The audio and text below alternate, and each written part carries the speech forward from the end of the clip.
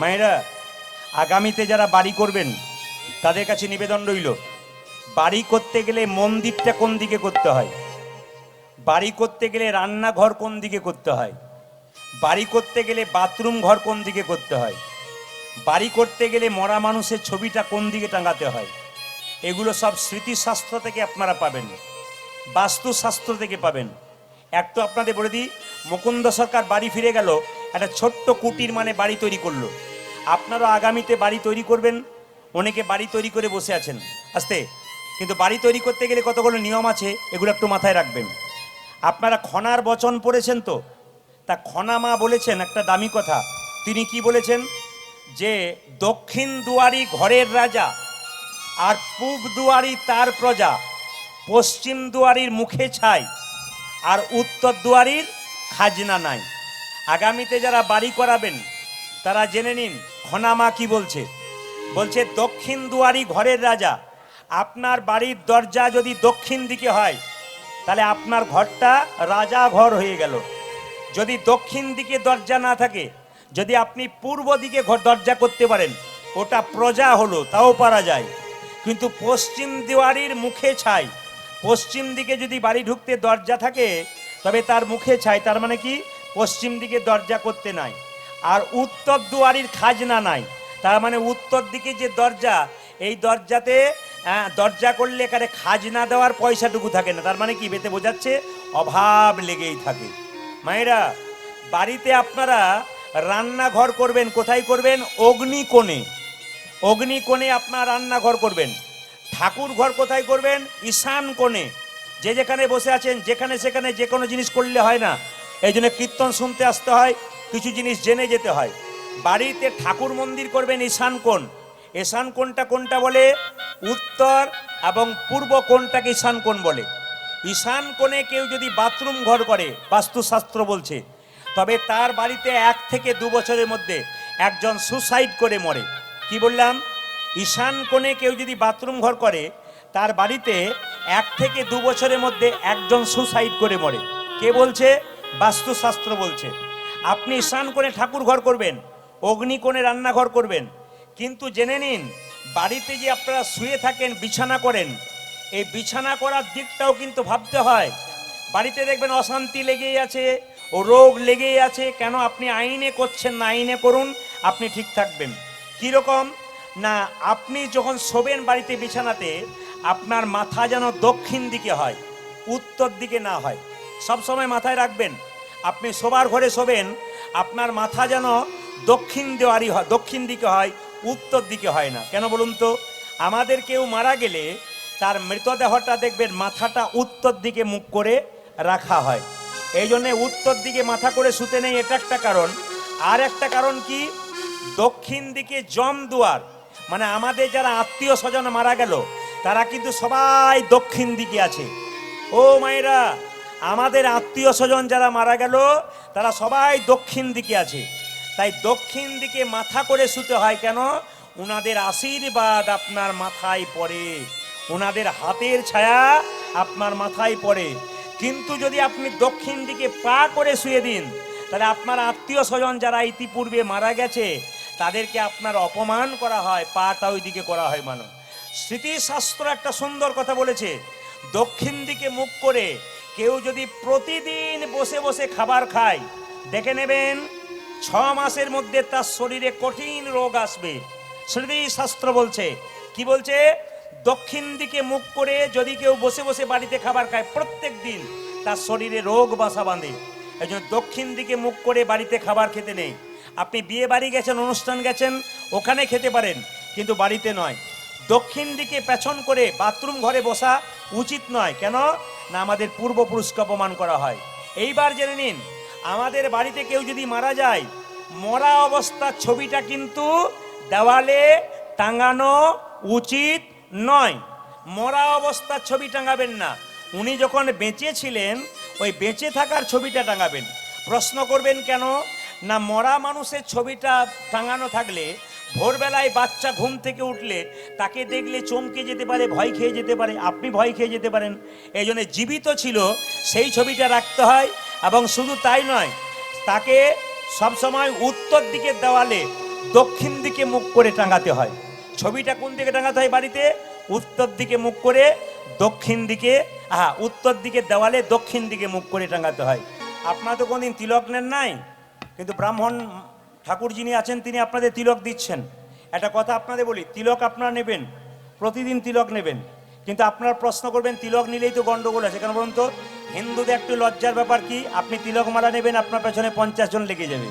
যেমন আমাদের বাড়ির পাশে একটা 25 বছরের মেয়ে তার বাচ্চাকে নিরামিষ খাওয়ায়, তিলক মালা নেয়, তো পাশের 5 জন মেয়ে বলে, বাবা রে হারাধনের বইয়ে কি ঢং দিদি, তুলসীর মালা নিয়েছে আবার তিলক নিয়েছে, দেখলে ঢং, দেখো দেখিনি কত বড় ভক্ত হয়ে গেছে। না না, আপনাদের কাছে একটা নিবেদন রইল, আপনার তিলক যদি কেউ না নিতে পারেন তবে আপনাদের শিখিয়ে দিয়ে যায় কিরকম তিলক নেবেন। এইদিকে মায়েরা, এমন একটা তিলক নেবেন আজ শিখিয়ে দিয়ে যাব, কেউ দেখতে পাবে না কিন্তু তিলক আপনার হয়ে যাবে। এই দিয়ে তাকাবেন, এমন একটা তিলক নেবেন কেউ দেখতে পাবে না কিন্তু আপনার তিলক হয়ে যাবে। আপনি খাবারের সময় কি খাবেন সে কথা আলাদা, কিন্তু শাস্ত্র বলল জল তিলকের বিধি আছে। জল তিলক মানে কি? আপনি স্নান করবেন, আমার দিকে তাকান, আপনি স্নান করবেন, হাতে জল নেবেন, সবাই তাকিয়ে নিন, দেখে নিন, আপনি স্নান করবেন, হাতে জল নেবেন, জল নিয়ে এই আঙুলটা করে হরে কৃষ্ণ মহামন্ত্র বলে আমি যেমন তিলক করেছি, আপনি জল তিলক করে নেবেন। কেউ দেখতে পাবে না, জলের তিলক কেউ দেখতে পায়, কিন্তু তিলক করে নেবেন, আপনার কিন্তু লাভ হয়ে গেল। স্নান করার পর যদি আপনারা মনে করেন আমি জল তিলক করব, প্রত্যেকেই বাচ্চাকে শেখাবেন, আপনারাও শেখাবেন, একটু হাতে জল নিয়ে এই আঙ্গুলে করবেন। কেন এই আঙ্গুলে করবেন? এই আঙ্গুলটার নাম বুড়ো আঙ্গুল, এটার নাম কি? তর্জনী, এটার নাম কি? মধ্যমা, এটার নাম কি? অনামিকা, এটার নাম কি? কনিষ্ঠা।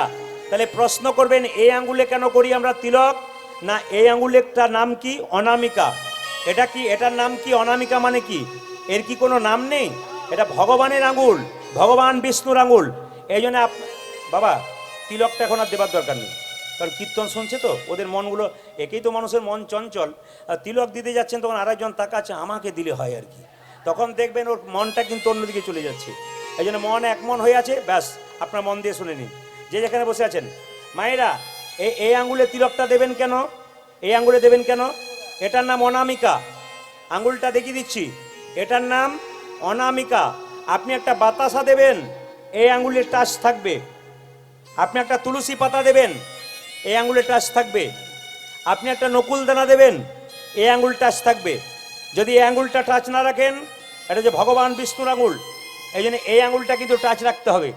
আপনার তিলক করবেন, যদি তাও না পারেন জল তিলক তো করবেনই, যদি না পারেন যে মনে করেন যে একটু তিলকের দরকার আছে, লোকে আমাকে দেখুক, আরও 5 জন যদি ভক্ত হতে পারে তো হোক, তাহলে এক কাজ করবেন, আপনি তুলসী মন্দিরে যে জল ঢালছেন না, জল ঢালার পরে তুলসী মন্দিরে গাছের নিচে যে কাঁচা মাটিটা রয়েছে, ওই কাঁচা মাটিটা সবাই স্নান করার পর একবার ফোঁটা নিয়ে নেবেন, হরে কৃষ্ণ মহামন্ত্র বলে ফোঁটা নিয়ে নেবেন।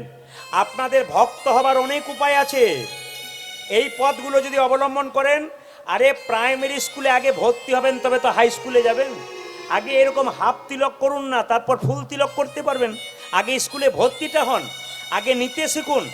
নিরামিষ যদি সপ্তাহে কেউ 3 দিন খায়, তখন 2 বছর পরে মনে হবে আর একদিন বাড়িয়ে দিই, শেষ জীবনে মনে হবে না না সারা জীবনই নিরামিষ খাইয়ে দিই। আগে স্কুলে ভর্তি হতে হবে। আপনি খাবেনই না কোনো দিন, তাহলে আপনার হবে কি করে? এই জন্য আপনার কিছু নিয়ম আছে, জেনে নিন মায়েরা। আমাদের বাড়ির পাশে একটি মেয়ে 25 বছরে, যে বললাম তিলক মালা নেয়, ওর বাচ্চাকে নিরামিষ খায়, তখন পাশের বাড়ি মেয়েটা বলছে, দিদি তোমার ছেলেকে নিরামিষ খাওয়াচ্ছ, দেখবে দুর্বল হয়ে যাবে। তো দেখুন, তার মানে কি আমাদের দলে ওকে নিয়ে আয়, ওকে কেন তোর দলে নিয়ে যাচ্ছিস, আমার দলে নিয়ে আয়। এটা আমাদের সবচাইতে লজ্জার ব্যাপার। অন্য ধর্মের মানুষ যদি ধর্ম করে, তাহলে আরো বহু মানুষ দেখবেন ধর্ম করার জন্য সাহায্য করে। আর আমাদের ধর্মের মানুষ যদি একটু ধর্ম করতে চায়, আরো 5 জন পেছনে লেগে যায়, কেন? যাতে ধর্মটা করতে না পারে। আপনি ভক্ত হয়ে যাবেন, মালা করবেন, এটা কিন্তু লোকে দেখতে পারবে না। কিন্তু জেনে নিন, বলছে হাতি চলে বাজার, কুত্তা ভুকে হাজার। হাতি রাস্তা দিয়ে যায়, কুকুর ঘেউ ঘেউ করে, হাতি কি কুকুরের দিকে তাকায়? তাকায় না। যারা কৃষ্ণ ভক্ত তারা হাতির মতো, যারা নিন্দুক তারা কুকুরের মতো। হাতি যেমন কুকুরের দিকে তাকায় না, কৃষ্ণ ভক্ত মানুষ যারা হয় তারা নিন্দুকের দিকে তাকায় না। তবে নিন্দুক লোক চিরকাল নিন্দা করবে, কেন? ওর রক্ততে নিন্দা মিশে আছে। কিরকম? একটা নিম পাতাকে যতই মিষ্টি রসে ভেজান, জোরে বলুন, তেতো যায়, জোরে বলবেন। নিম পাতাকে যতই মিষ্টি রসে ভেজান ওর তেতো, নিম পাতাকে যতই মিষ্টি রসে ভেজান ওর কিন্তু তেতো যায় না। সেরকম যে লোক নিন্দুক হয় ওকে আপনি যতই ভালো ভালো কথা বলুন ও নিন্দা করতে ছাড়বে না। একটা প্রমাণ দিয়ে দিই, আমার গ্রামের পাশে একজন নিন্দুক আছে, ভোজ খেতে গেলেই নিন্দা করে। যতই ভালো ভোজ খাওয়ানো একটা কিছু বলবেই। বয়স হয়ে গেছে, চিরকাল নিন্দা করেছে, এখন ও ছেলেগুলো নিন্দা করতে শুরু করেছে। কেন? বাবা যেমন হবে রক্ত তো বাচ্চা সেরকম হবে। আপনি যদি কৃষ্ণ ভক্ত হয়ে যান আপনার বাচ্চা কৃষ্ণ ভক্ত হবে, আপনি নিন্দুক হবেন আপনার বাচ্চা নিন্দুক হয়ে যাবে। এই জন্য সবাই লক্ষ্য করুন, ওই ভদ্রলোক খেয়ে আসছে, আজকে দারুণ খাইয়েছে, সবাই নাম করেছে, মনে মনে ভাবছে এই লোকটা কি বলে দেখি, নিন্দুক লোকটা। লোকে বলছে কাকা কেমন খেলে? খেলাম। মানে একটু কিছু গন্ডগোল আছে আর কি। লোকে সবাই ভালো খেয়েছো, বেটা বলছে খেলাম। বলে কি খেলে? সবাই তো ভালো খেলো, আমরা তো খুব ভালো খেয়েছি। বলছে পোলাওটা তো ভালো হয়েছিল, বাদামগুলো পোড়া পোড়া হয়ে গেছে। বেটা মানে সব ভালো পেলো ওটা বললো না, যেটা পোড়া বাদাম, বাদামের মধ্যে যেটা পোড়া পেলো সেইটাই বললো আর কি। এরকম দেখবেন আমরা কীর্তন গান করি তো, দেখবেন অনেকেই দেখবেন কীর্তন গান শুনতে শুনতে সমস্ত ভালো কথাগুলো নেবে না, যদি কোনো জায়গায় একটা খুঁত পেয়েছে ওটাকে ধরে বড় করা। এরা কারা? এরা নিন্দু। এদের দিকে তাকাবেন, শ্মশানের চিতাতে শুয়ে দেবেন মৃত্যুর পরে, এরা পড়ে না, বারবার বাঁশের লাঠি মারতে হয়। নিন্দুক লোক সহজে পড়ে না, খুব কষ্ট পেতে হয়। এই জন্য আপনাদের কাছে নিবেদন রইল বাবা, তো সবাই লক্ষ্য করুন মায়েরা যে যেখানে বসে আছেন। আমি কয়েকদিন আগে হুগলিতে গান করছিলাম, তো যার বাড়িতে গান, আমি যখন বাসায় বসে আছি তখন তিনজন মহিলা, ভালো করে শুনবেন, তিনজন মহিলা নতুন শাড়ি পরে তিনটে গোপালকে হাতে নিয়ে এসেছে। তা আমাকে গোপালটা নামিয়ে প্রণাম করে বলল, বাবা আপনার কীর্তন শুনতে এলাম। কোথায় বাড়ি? কলকাতা। সব জায়গায় আপনাকে পাওয়া যায় না, আমাদের আত্মীয় বাড়ি চলে এলাম, গোপালকে কোলে নিয়ে গাড়িতে করে চার চাকাতে চলে এলাম। গোপালকে নামালো, কীর্তনে আসরে এসে তিনটে গোপালকে নামিয়েছে। শুনবেন মন দিয়ে, তিনটি মেয়ে চুপচাপ আসরের সামনে বসে আছে। কীর্তন যখন শেষ হয়ে গেল, ওই তিনটি মেয়ে সবাই উঠে চলে যাচ্ছে কীর্তনের শেষে, ওই তিনটে মেয়ে কিন্তু ধুলোতে গড়াগড়ি দিচ্ছে, খুব জোর গড়াগড়ি দিচ্ছে। তোদের মধ্যে একটু যে বয়স প্রায় 45-এর দিকে, ওই মেয়েটাকে জিজ্ঞেস করলাম, আচ্ছা আপনি ধুলোতে গড়াগড়ি দিলেন, আপনার কাপড়টা নোংরা হয়ে গেল না? উনি বলছেন, আপনার কীর্তনেই তো শুনেছি স্বামীর যদি 4টে কাপড়ের দোকান থাকে আর স্ত্রীর দেহ থেকে যদি প্রাণ বেরিয়ে যায় একটাও কাপড় কিন্তু চিতাতে দেবে না। তা বেঁচে যখন আছি, এই বেঁচে থাকাকালীন যদি ধুলোতে গড়াগড়ি দিই আমার দেহরোগ দূর হবে, আমার ভবরোগ দূর হবে। আমি বললাম, আপনি কি হাউসওয়াইফ? আপনি বাড়ির কাজ করেন না অন্য কিছু করেন? উনি মাথা নিচু করে প্রণাম করে বললেন, ভগবানের আশীর্বাদে আমি কলেজের প্রফেসর। যারা এখানে MA BA পাস করেছেন, যাদের ভেতরে অহংকার আছে, মনে করেন আমি MA BA পাস করে গেছি, আমার আর কীর্তন শোনার দরকার হয় না। সবচাইতে লজ্জার ব্যাপার আমাদের হিন্দুদের কি বলুন তো, একটু শিক্ষা দীক্ষা ভেতরে ঢুকে গেলে ও দেখবেন নিজেকে রয়্যাল বেঙ্গল টাইগার মনে করে, আর আপনাদের সব বোকা মনে করে, বলে এগুলো সব বোকা, আমি খুব বুদ্ধিমান। ওই সমস্ত লোকগুলোকে শোনাবেন হেঁকে ডেকে। ওই মেয়েটা কলেজের অধ্যাপিকা, বাচ্চাটাকে কোলে নিয়ে চুপচাপ কীর্তন শুনছে, শেষে ধুলায় গড়াগড়ি দিচ্ছে। আর একটা মেয়েকে জিজ্ঞেস করলাম, আপনি কি করেন? ওই মেয়েটি বলছে, আমার স্বামী দাঁতের ডাক্তার, আমিও প্র্যাকটিস করছি। লক্ষ্য করুন, ওই মেয়েটি দাঁতের ডাক্তারে পড়াশুনো করছে, ওই মেয়েটি পর্যন্ত গড়াগড়ি দিচ্ছে। যারা শিক্ষিত আছেন অথচ কীর্তন শুনতে চান না, তাদের দিকে আঙুল দিয়ে আমি একটা কথা বলবো, স্যার আইজ্যাক নিউটন বিখ্যাত বিজ্ঞানী, ঈশ্বর ছাড়া কিছু জানতেন না। যিনি আরেকজন বিজ্ঞানী ছিলেন, তিনি কিন্তু চিরকাল নিরামিষ খেতেন। একজন বিজ্ঞানী ছিলেন, তিনি কিন্তু চিরকাল নিরামিষ খেতেন। এই জন্য আপনাদের কাছে নিবেদন রইল, এত বড় বড় বিজ্ঞানীরা ভগবানকে বিশ্বাস করতে শিখলো। আর সবচাইতে লজ্জার ব্যাপার, আইনস্টাইন যিনি বড় বিজ্ঞানী, উনি কোনোদিন আমিষ খেতেন না, চিরকাল নিরামিষ খেতেন। ওনাকে জিজ্ঞেস করতো অনেক বিজ্ঞানী, তুমি নিরামিষ খাচ্ছ কেন, ভগবানকে পাওয়ার জন্যে? বলে না, নিরামিষ না খেলে ভক্তি জন্মায় না। আপনি আমিষ খাবেন তো আপনার ঢেকুর উঠবে, অ্যাসিডিটি হবে, মাথা ঘুরবে, কীর্তন শুনতে শুনতে আপনি দেখবেন চারিদিকটা ঘুরছে, আপনার ভালো লাগবে না। কিন্তু নিরামিষ আহার যারা করে দেখবেন, যেখানে কীর্তন গান হয়, আমাদের ওইদিকে 24 প্রহর মানে 4 দিন কীর্তন হয়, তখন কিন্তু গ্রামে ঢুকবার জায়গাতে একটা কাগজ বিরাট বড় পোস্টার দিয়ে লেখানো হয়, যদি কোনো মা চাওলা 4 দিনে গ্রামে প্রবেশ করে তবে তার 50,000 টাকা জরিমানা লাগবে। আবার পোস্টারে লেখা থাকে অন্যদিকে, যদি গ্রামের কোনো ব্যক্তি এই 4 দিন কীর্তন চলাকালীন যদি খবর পাওয়া যায় বাড়িতে মাছ ঢুকেছে তবে তারও 50,000 টাকা জরিমানা। এই জন্য এরকম কঠিন নিয়ম না করলে হিন্দু জাতির হিন্দু ধর্ম টিকবে না বাবা। এই জন্য কিছু শপথ করতে হয়, আমাদের কাজ হয়। লক্ষ্য করুন, একটা মেয়েকে জিজ্ঞেস করলাম, ও খুব কম বয়স, বললাম তুমি কি করো? ওই মেয়েটা বলছে আমি বিউটি পার্লারে কাজ করি। আমি বললাম আরে আমিও তো বিউটি পার্লারে কাজ করি। উনি বলেন আপনি কি তাহলে কীর্তনের ফাঁকে ফাঁকে করেন? বললাম না, আমি তো কীর্তন করতে করতেই করি। বলে কিরকম করেন? বলছে তুমি তো বিউটি পার্লারে কাজ করে মেয়েদের বাইরেটা ভালো করার চেষ্টা করো, আর আমি বিউটি পার্লারে কাজ করে ভক্তের হৃদয় মন্দিরটাকে ভালো করার চেষ্টা করি। এই বিউটি পার্লারের আসরে যদি কেউ আসতে পারেন বাবা, বাইরেটা বিউটি হোক আর না হোক, ভেতর কিন্তু বিউটি হয়ে যায়। আমি আপনাদের সামনে একটা কথাই বলবো, দেখতে সুন্দর হতে হবে তা নয়, ভেতরটাকে সুন্দর করতে হবে। রামকৃষ্ণ পরমহংসদেব বললেন, তোমার বাড়ি যদি কেউ যায়, দুটো মিষ্টি জল যদি দিতে না পারো, দুটো মিষ্টি কথা তো বলতে পারবে। এই জন্য কতদিনের জন্য বাঁচতে এসছেন? কীর্তন শুনতে এসছেন, বাড়ি যেতে পারবেন? গ্যারান্টি আছে? কীর্তন শুনে বাড়ি যাবেন, রাত্রিবেলায় শোবেন, সকালবেলায় চোখ খুলবেন, গ্যারান্টি আছে? চোখ যদি খোলেন আপনার সকাল হবে, আর চোখ না খুললে আপনার জীবনে পরকাল হয়ে যাবে। ওই জন্য বাবা, ট্রেন আসবার সময় সিগন্যাল দেয়, কিন্তু মৃত্যু আসবার সময় কোনো সিগন্যাল দেয় না। আপনারা কিছুদিন আগে দেখতে পেয়েছেন করমণ্ডল এক্সপ্রেস কোথায় করেছে? বালেশ্বরে। এদিকে এদিকে উড়িষ্যার বালেশ্বরে বিরাট বড় অ্যাক্সিডেন্ট করেছে। বলুন তো, কোনো বাচ্চা তার মাকে কথা দিয়েছিল, মা তুমি রান্না করে রাখো, আমি পরের স্টেশনে নামছি, তোমার হাতের খাবার খাবো, 1 বছর পরে যাচ্ছে, ছেলের আর খাওয়া হলো না। কতটুকু সময় জানেন? মাত্র 23 সেকেন্ডের মধ্যে সঙ্গে সঙ্গে একবারে নিতাই গৌর হরিবল হয়ে গেল, মাত্র 23 সেকেন্ডের মধ্যে। বাবা, জীবনের কোনো দাম নাই। মানুষ রূপে এসছেন, ভালো ব্যবহার করুন, যাবার পথটা ভালো করুন, কৃষ্ণ ভক্ত হয়ে যান, দেখুন মানুষ আপনাকে সম্মান দেবে। মহাপ্রভু শিখিয়ে দিয়েছেন, আপনি আচরি ধর্ম অপরে শেখায়, আপনি না আচরিলে অপরে শেখানো না যায়।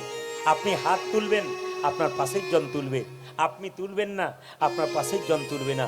এই জন্য আপনাদের কাছে নিবেদন রইল, আপনাদের কাছে করজোরে প্রদীপ পালের নিবেদন রইল, আপনারা বাড়ি বাড়ি কীর্তন শোনেন, টিভির মাধ্যমে শোনেন, আপনারা ইউটিউবের মাধ্যমে গান শোনেন। এ শুধুমাত্র আপনাদের হাওড়া জেলা শোনে তা নয়, প্রত্যেকটি জেলায় জেলায়, রাজ্যে রাজ্যে। এখন যিনি আমাকে এনেছেন, আমি হায়দ্রাবাদে গিয়েছিলাম, উনি জানেন হায়দ্রাবাদের সিটি চারমিনারে 30 থেকে 35,000 মানুষের ভিড় ছিল সেই দিন। আমি কয়েকদিন আগে বোম্বে গিয়েছিলাম, দুপুরবেলায় গান, বেলা 2টো থেকে, প্রচণ্ড গরম, 17,000 মানুষ ভেতরে, 5,000 বাইরে, ঢুকতে পারছে না, এত ভিড়। আমি ব্যাঙ্গালোর গিয়েছিলাম, তখন প্রচণ্ড বৃষ্টি হচ্ছে, মানুষ ছাতা নিয়ে কীর্তন শুনছে। আমি ত্রিপুরার একটা আশ্রমে গিয়েছিলাম, আবার আমি আগামীতে যাব জন্মাষ্টমীর সময়, ওই আশ্রমেই যাব। তো গত বছর যেখানে গিয়েছিলাম সে আশ্রমে 10,000 মানুষ ঢুকে আছে, 10,000 বাইরে আছে, দেখতে পাচ্ছে না। ওনারা বললেন যে 10,000 দেখতে পেল না তাদের জন্য আপনাকে একবার আসতে হবে। এই জন্য আপনাদের কাছে নিবেদন রইল, প্রতিটি জায়গাতে মানুষ ভক্তি ভরে কীর্তন শোনে। আমি শুধু একটা নিবেদন আপনাদের সামনে করে যাব, সংসার যদি সুখী করতে হয়, নিজেকে যদি সুখী করতে হয়, তাই নিজেরা স্বাভাবিক জীবনযাপন করুন। আস্তে স্বাভাবিক জীবনযাপন করুন মায়েরা, বেশি সাজগোজ নয়। যত সাজগোজ করবেন অহংকার তত বাড়বে। আপনার সাজের দরকার আছে, এমন উগ্র সাজ করবেন না যাতে আপনার বাচ্চাটা আপনাকে দেখে আবার কুশিক্ষা পায়। যেমন কিছু মনে করবেন না, এখনকার মেয়েদের দেখবেন চুল, বলবো না, না না বলেন না, শেষে আমি মার খাবো, আমার দরকার নাই বলার। দাদারা বলছেন বলে দিন। এখনকার, আপনাদের হাওড়া জেলার জন্য বলি নাই, কিন্তু এখনকার মেয়েদের চুল আগে আমি দেখেছি বাবা কাকারা মেয়ে দেখতে যেত, প্রথমেই বলতো মা তোমার চুলটা খুলে দেখাও তো কত বড় দেখি। কত বড় দেখি। কোমর পর্যন্ত চুল হলে তাকে লক্ষ্মী মেয়ে বলা হতো। ওই চুল বিউটি পার্লার আসার পর থেকে ছাঁটতে ছাঁটতে ছাঁটতে ছাঁটতে U cut, bob cut, locks cut, গোষ্ঠীর পিন্ডি কাট, মানে এই কাট দাদা খুব হাততালি দিচ্ছে, বাড়িতে কেউ আছে বোধহয় পাঠিয়ে বেশি দেবেন না, তাহলে ঝগড়া হওয়ার চান্স আছে। এই না না, ঠিকই বলছে। তবে জেনে নিন, হ্যাঁ, এই চুল কাটতে কাটতে আমরা কোন জায়গায় গেছি। আস্তে আস্তে কাটতে কাটতে আমার মনে হয় 2-4 বছর পরে ন্যাড়া কাট হয়ে যাবে। ন্যাড়া কাট মানে ছোট ছোট কাট। মানে আমরা কোন জায়গায় যাচ্ছি একটু হিসাব করবেন মায়েরা। এখন দেখবেন বিয়ে বাড়িতে অনেকেই যায় তার স্ত্রীকে নিয়ে, জিজ্ঞেস করা হয় ভদ্রলোককে, এটা আপনার কে? খুব খুশি করে বলে এ আমার ওয়াইফ, লাইফ পার্টনার। কি ডিজাইন করে বলে আমার লাইফ পার্টনার, আমার ওয়াইফ, মানে যে নষ্ট করেছে আমার লাইফ, নাকি না কি বলছে? হ্যাঁ, যে নষ্ট করেছে আমার লাইফ সে হচ্ছে আমার ওয়াইফ। সব ওয়াইফ নষ্ট করে না কিন্তু। এইদিকে দেখান, আমরা আস্তে আস্তে মিনি ইংরেজ হয়ে যাচ্ছি। আমরা নিজের স্ত্রীকে স্ত্রী বলতে পারি না, সহধর্মিনী বলতে পারি না, বিয়ে বাড়িতে গেলে বলতে পারি না আমার স্ত্রী এসছে, এটা আমার স্ত্রী, আমার ওয়াইফ বলি, ইংরেজি বলতে শুরু করি। তবে আপনারা বলবেন শুধু আমরা চুল কাটছি তা নয়, মায়েরা জেনে নিন এখনকার ছেলেরা আবার চুল কাটতে শিখেছে। ও চুলের নাম আবার হানি সিং কাট। কি কাট? হানি সিং কাট। জেনে নিন সমাজের কিছু অসভ্যতা আছে, এগুলোকে ধরে তুলবো আমি। এই যে দেখাবেন চুলগুলো কাটতে কাটতে ওপরে এক ঝাঁটো একটা থাকে এরকম ঝোঁটা মতো, এটা হচ্ছে হানি সিং কাট। তো হানি সিংকে কাছে পেলে বলতাম ভাই তুমি এক কাজ করো, গোটা মাথাটা ন্যাড়া করে দাও, একটা শিখি রেখে দাও, তোমার দেখে হিন্দু ছেলেগুলো চুল কাটবে, সব মহাপ্রভুর দলে নাম লিখিয়ে দেবে, যদি করতে পারে আর কি। হানি সিংকে কাছে পেলে বলতাম। এখন আবার দেখবেন মায়েরা, কিছু মনে করবেন না, এখন আবার জিন্সের প্যান্ট পরেছে তার আবার 25 জায়গায় ফাটা, ড্যামেজ প্যান্ট বেশি, এটার নাম আবার ড্যামেজ প্যান্ট। আবার দেখবেন হাঁটুর কাছটাতে এক খাপলা করে নিয়ে নেয়। কি যখন এসে বসে বাড়িতে কি ভদ্রলোকের মতো লাগে, ভদ্রলোকের বাড়ি থেকে এসছে মনে হচ্ছে। ও মায়েরা, ছোটবেলায় যখন ছিলাম তখন আমাদের কাপড় জামা ছিঁড়ে গেলে স্কুলে গেলে এরকম করে চার দিয়ে দিয়ে উঠতাম যাতে না ফেটে যায়, ছোট ছিলাম তখন। এখন মাকে বলি মা এখনকার দিনে আমার জন্ম হলে তোমাকে আর প্যান্ট সেলাই করতে হতো না, যত ফাটা প্যান্ট হবে তার তত দাম বেশি হবে। আমরা আস্তে আস্তে কোন জায়গাতে যাচ্ছি, আমরা এটাকে ডিজাইন বলছি। লজ্জা লাগা উচিত আমাদের যে ডিজাইন কোনটা, আপনি যা করবেন ওইটা ডিজাইন। আপনি পাগলের মতো রাস্তায় ঘুরুন, কি ব্যাপার, এটা আমার ডিজাইন, দেখবেন ওটাই পছন্দ হবে আপনার। মানে যা করবেন এখন ডিজাইন বলে কিছু নাই, পাগল পাগলি সেজে রাস্তায় চলে যান, কোনো অসুবিধা নাই। মানে আমরা কোন জায়গায় যাচ্ছি ওটা একটু তুলে ধরলাম আপনাদের কাছে। মায়েরা একটু হাত তুলে বলবেন বাচ্চা জন্ম নিলে বাচ্চাকে আপনারা মুখে কি দিন? নিম পাতা? ও আচ্ছা, মধু। আমাদের দিকে নিম পাতা দেয়, ওই জন্য বললাম আর কি। আপনারা বলছেন যে নিম পাতা দেয়, সত্যি নিম পাতা দেয়। একটা মেয়ে বাচ্চা জন্ম হওয়ার পর নিম পাতা দিচ্ছে। বললাম দিদি নিম পাতা কেন দিচ্ছ? মধু দেওয়ার নিয়ম। ওই যে সব ছেলেকে তো দেখছি বড় হয়ে সব নিম পাতার মতো তেতো কথা বলছে, এও বলবে নিম পাতাটাই দিয়ে দিই। জেনে নিন মায়েরা, বাচ্চা ছেলেকে মধু দেওয়া হয় কেন? আপনাদের মনের মধ্যে বিশ্বাস আছে যে বাচ্চা বড় হয়ে মধুর মধুর কথা বলবে। আচ্ছা সত্যি কি মিষ্টি কথা বলে বড় হয়ে মাকে? কি বলে বলুন তো? যখন ছেলে বড় যায় চুপ করে চুপ করে বলে না? আপনাদের সব জায়গাতে বলে। তাহলে বাচ্চাকে জন্ম নিলে মধু দেওয়া হয় কেন? আপনারা যে ভুল ধারণাটা ভেতরে ঢুকিয়েছেন, আজকে সেই ভুল ধারণাটা আপনাদের ভাঙিয়ে দিয়ে যাব।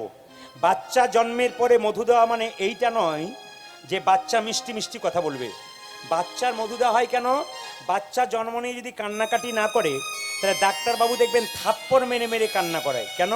যে বাচ্চা কান্নাকাটি করে না জন্মের পরে সে বাচ্চা সুস্থ বাচ্চা নয়। এই জন্য বাচ্চাকে থাপ্পড় মেরে মেরে কান্নাকাটি করায়। এখন বাচ্চা ছেলে জন্ম নিয়ে যদি কান্নাকাটি না করে তাহলে কি হয় বলুন তো? ও কান্নাকাটি করে না করলে সুস্থ বাচ্চা নয়। আর কান্নাকাটি করলে দেখবেন জন্ম নিয়ে তো মায়ের দুধ পান করতে পারে না, জন্ম নিয়ে মায়ের স্তনদুগ্ধ পান করতে পারে না বাচ্চা। তখন কি করে? বাচ্চার কান্না বন্ধ করার জন্যে বাচ্চার মুখে একটু মধু দেওয়া হয়। মায়েরা এই জন্যে মধু দেওয়া হয়, আপনাদের ছেলে মেয়েরা বড় হয়ে মিষ্টি কথা বলবে। আপনাদের একটা নিয়ম বলে যায়, একবারে মন দিয়ে শুনে নিন। আপনার কাজে লাগাতে পারবেন। আমি যে বইতে বলবো, একটু বসুন 2 মিনিট, ওখানে আসলে বসুন। মায়েরা, আমি যে নিয়মটা বলবো এই নিয়মটা যদি কেউ পালন করতে পারেন, আমি যে নিয়মটা বলবো এই নিয়ম যদি আপনারা পালন করতে পারেন, আপনার বাচ্চা মিষ্টি মিষ্টি কথা বলবে। বলবো না, বাদ দিয়ে দেবো। আরেকবার বায়না করবেন, তারপর বলবো। আজকেই বলে দিয়ে যায়, জেনে নিন। বলছে বাড়ির বাচ্চারা মিষ্টি মিষ্টি কথা বলবে কখন? যারা এখানে জ্ঞানীজন আছেন, বইপত্র পড়েন, তাদের জন্য একটা বইয়ের নাম করব, বইটা শুনবেন ভালো করে। এখানে লাইভ হচ্ছে, এতেও প্রকাশ পাবে, এখানে ইউটিউব হচ্ছে, এখনও প্রকাশ পাবে। আমি বইটার নাম বলে দিই, হিন্দু ধর্ম কি এবং কেন। বইটার লেখক হচ্ছে লোকনাথ কবিরাজ। ওই বইতে দুটো বইয়ের কথা পেলাম। একটা বইয়ের নাম হচ্ছে গভীর গৃহসূত্রকার, একটা বইয়ের নাম হলো পরাশর গৃহসূত্রকার। মায়েরা শুনবেন, গভীর গৃহসূত্রকার বইতে বলল, বাচ্চা আঁতুর ঘর থেকে 21 দিন পর আপনারা নিয়ে যান না, জোরে বলুন হা না না। 21 দিন পর বাচ্চাকে স্নান করানোর পর মন্দিরে শুইয়ে দিয়ে কেউ যদি, কোনো মা যদি ভগবানের কাছে প্রার্থনা করে, হে প্রভু আমার ছেলের যেন মিষ্টি মিষ্টি বচন হয়, 100% ছেলের মিষ্টি মিষ্টি কথা হবে। আমি বলি নাই, কে বলছে? গভীর গৃহসূত্রকার বলে একটা বই। আবার পরাশর গৃহসূত্রকার বলল যে বাচ্চার যেদিন অন্নপ্রাশন হয়, মায়েরা আপনাদের একটা ভেতরে ধারণা হয়ে আছে, কি বলুন তো? অন্নপ্রাশন মানে ছেলে 6 মাস 7 মাস বয়স হলো, এবার দাঁত হয়ে গেছে, শক্ত খাবার খেতে পারবে, হজম করতে পারবে। এটাই আমাদের মধ্যে ভুল ধারণা হয়ে আছে। ও মায়েরা, জেনে নিন, অন্নপ্রাশন মানে ওটা নয়। অন্নপ্রাশন কেন করা হয়? শাস্ত্র বলল, পরাশর গৃহসূত্রকার বইটাতে বলল যে বাচ্চা যখন মায়ের পেটে থাকে, মা যে খাবারটা খায়, ওই ময়লা খাবারটা, মলিন খাবারটা বাচ্চা খায়, তাতে মুখের দোষ হয়। এই জন্যে পরমান্ন প্রসাদ, মহাপ্রভুর প্রসাদ খাইয়ে তার মুখটাকে পবিত্র করে অন্নপ্রাশন করে তারপর ভগবানের নাম কীর্তন তার মুখ থেকে দেওয়া হয় বা অন্ন দেওয়া হয়। কেন বলুন তো? ভগবানের প্রসাদ আগে তার মুখে দিতে হয়। কেন না? মলিন খাবার খেয়েছে, মুখটা মলিন হয়ে গেছে, তাই যাতে ভালো খাবার খায় তার জন্য বাচ্চাকে ওই ব্যবস্থাটা করা হয়েছে। এত মানুষ ভারতবর্ষে মারা গেল আততায়ীর গুলিতে, এইদিকে আততায়ীর গুলিতে এত মানুষ মারা গেল, কিন্তু একজন মানুষ আততায়ীর গুলিতে মারা গেল, প্রথম গুলিটা বুকে পেয়েছে, আর কি বলল?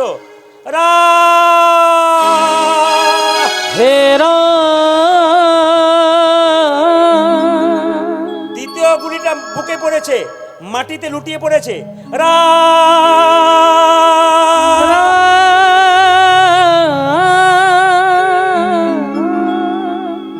শুনলে চমকে যাবেন। এই লোকটাকে যখন 2 বার গুলি মারা হলো, রাম রাম বলেছিল। এই মানুষটার সমাধিতে রাম নাম লেখা আছে, যা কোনো পুরুষের, কোনো সৎপুরুষের বা কোনো মহাপুরুষের সমাধিতে লেখা নাই। জোরে বলুন তো এই মহাপুরুষটার নাম কি? হ্যাঁ, এক ভাই সুন্দর কথা বলেছেন, আপনারা জেনে নিন। টাকার উপরে কার ছাপ থাকে? জোরে বলুন, কার ছাপ থাকে? মহাত্মা গান্ধীর থাকে না? এই মহাত্মা গান্ধী পরপর 2টো গুলি খেয়েছিল, রাম রাম বলেছিল, এবং তার সমাধিতে রাম নাম লেখা ছিল। আপনার চমকে যাবেন, এলাহাবাদ কোর্টের ব্যারিস্টার মহাত্মা গান্ধী প্রতিদিন সকালবেলায় ভগবানকে বলতো, ন ধনং ন জনং ন কবিতা সুন্দরী। আমি ধন চাই না, জন চাই না, আমি সম্পদ চাই না, আমাকে বিপদ দাও। সম্পদ দিলে তোমাকে ভুলে যাব, আর বিপদ দিলে আমি তোমায় মনে রাখতে পারবো। শুধুই তার ছবিটা টাকার মধ্যে নেই, একমাত্র আমাদের নেই। কেন বলুন তো? আমরা মহাত্মা গান্ধীর মতো ত্যাগ স্বীকার করতে পারি নাই। মায়েরা এবার কিন্তু বাবাদের বাদ দিয়ে মায়েদের প্রশ্ন করে যাই। আচ্ছা, কৃষ্ণকে দেবকী জন্ম দিল আর যশোবতী লালন পালন করলো, ডান দিকের মায়েরা বলবেন না, মায়ের দিক বাঁ দিকের মায়েরা বলুন, কার ছবি বেশি দেখতে পান? দেবকী কৃষ্ণ না যশোমতী কৃষ্ণ? জোরে বলুন, কার ছবি দেখতে পান? যশোমতী কৃষ্ণ। আপনার যশোমতী কৃষ্ণের ছবি দেখতে পান। দেবকী এত কষ্ট করে জন্ম দিল কংসের কারাগারে, তার সঙ্গে ছবি নেই, কিন্তু যশোমতীর সঙ্গে ছবি আছে। কেন? জগৎকে শিখিয়ে দিল মা। কি শিখিয়ে দিল? মন দিয়ে শুনবেন। ভগবানকে যদি কোনো মা সন্তান স্বরূপ ভালোবাসতে পারে, ভগবান তার অনেক কাছের হয়ে যায়। আমি অনেক প্রমাণ পেয়েছি। আমি আপনাদের সামনে বলবো একটা ছোট্ট কথা। আপনারা বাড়িতে বাড়িতে একটা করে গোপাল কিনুন। দাদা ভাইয়েরা তো রোজগার করার জন্য বাইরে যায়, ওদের টাকা রোজগার না করলে সংসার আপনাদের চলবে না। আপনার লক্ষ্মীর ঝাঁপি, আপনারা কিন্তু লক্ষ্মীটাকে ধরে রাখতে পারেন। পুরুষ টাকা রোজগার করবে, সংসারে মহিলারা কি করবে? সংসারটাকে গুছিয়ে রাখবে। আপনার লক্ষ্মী স্বরূপিনী। আপনার কি করে গোছাবেন? সকালবেলায় ঘুম থেকে উঠে কেউ যদি বাসি কাপড়ে কাজ করে, ও সংসারে কাজ হয় কিন্তু মঙ্গল হয় না। পরিষ্কার জেনে নিন, সকালবেলায় ঘুম থেকে উঠে কোনো মা যদি বিছানা কাপড়ে সংসারে কাজ করে, ওর কাজ হয় কিন্তু মঙ্গল হয় না, প্রত্যেকটি কাজ অমঙ্গল হয়। ওই জন্য যারা সতী নারী, যারা ভালো মেয়ে, তারা স্নান করার পর পবিত্র কাপড়ে প্রত্যেক দিন ভগবানের পুজো পাঠ করার পর তারপর সংসারে কাজ করে। ওই জন্য প্রত্যেকটি দাদা ভাই মায়ের কাছে নিবেদন রইল, গোপালকে সন্তান স্বরূপ সকালবেলায় স্নান করে পুজো টুজো দিয়ে তারপর আপনি সংসারে কাজ করতে বেরোন, বাইরে কাজ করতে বেরোন। আপনার জীবন সুন্দর, আসতে আপনার জীবন কিন্তু সুন্দর হয়ে যাবে। এইবার সবার কাছে আমার নিবেদন রইল, গোপালকে কেন বাড়িতে রাখবেন না? গোপালকে বাড়িতে রাখবেন, দেখবেন গোপালের কথা মনে পড়বে কখন আপনার বাচ্চা ছেলে বললো, বাবা বাজারে যাচ্ছ, মিষ্টি এনো। আপনি একটা মিষ্টি কিনতে যাবেন, তখন মনে পড়ে যাবে আমার বাড়িতে ছোট্ট গোপাল আছে, তার একটা মিষ্টি দরকার আছে। ও বাবা আমার একটা জামা এনো, এই আমার গোপালের একটা জামা চাই। তার মানে প্রতি পদে পদে আপনি গোপালের কথা মনে করছেন। বাড়ি ঢুকতেই কেন মন্দির তৈরি করতে হয় বলুন তো? বাচ্চা খেলা করে যেতে যেতে যত বাড়ির মন্দিরের মধ্যে ঢুকবে, ভগবানকে দর্শন করবে, তো তার কৃপা হবে। এই জন্য প্রায় জায়গায় দেখবেন ঈশান করে মন্দিরটা হয়, কিন্তু বাড়ি ঢুকতে এত সুন্দর মন্দিরটা করে যেন বাড়িতে বাচ্চাগুলো ঢুকতে খেলছে, বেরোচ্ছে, সবসময় ভগবানকে দর্শন করছে। এই জন্য আপনাদের কাছে নিবেদন রইল, এরকম মন্দির আপনারা তৈরি করুন, আপনাদের জীবন সার্থক হবে। আচ্ছা, এইবার বলবেন আপনারা মায়েরা, যশোমতী কৃষ্ণ ছবি দেখতে পান, দৈবকী কৃষ্ণকে জন্ম দিল, কিন্তু কৃষ্ণ কোলে নিয়ে মরতে পারল না। এমন একজন মেয়ে যে কৃষ্ণের সঙ্গে চিরকাল শত্রুতা করলো, সেই মেয়েটি কৃষ্ণ কোলে নিয়ে মরল। বলুন তো সেই মেয়েটিকে? আচ্ছা দাঁড়ান, একজন কিন্তু ইশারা দিয়েছে, বলে দি মায়েরা জেনে নিন। বলছে পুতনা। পুতনা মানে যার পুতনা, মানে যে পবিত্র না, যার আত্মা পবিত্র না। বাচ্চার সবচাইতে নির্ভেজাল খাবার কি বলুন তো? মায়ের দুগ্ধ। আর নিরাপদ স্থান কোনটা? মায়ের কোল। এই দুটোকেই কিন্তু পুতনা বিষিয়ে দিয়েছে। আমার দিকে তাকান, পুতনা যখন কৃষ্ণকে কোলে নিয়েছে, কোলে নিয়ে কেন কৃষ্ণ পেল কোলে নিয়ে মরল মা? না, পুতনা হাজার শিশুকে স্তনে বিষ মাখিয়ে মারতে মারতে মনে মনে শুধু একটাই চেষ্টা ছিল, কৃষ্ণ কই, কৃষ্ণ কই, কৃষ্ণকে ধরবো, কৃষ্ণকে মারবো, কৃষ্ণকে ধরবো, কৃষ্ণকে মারবো।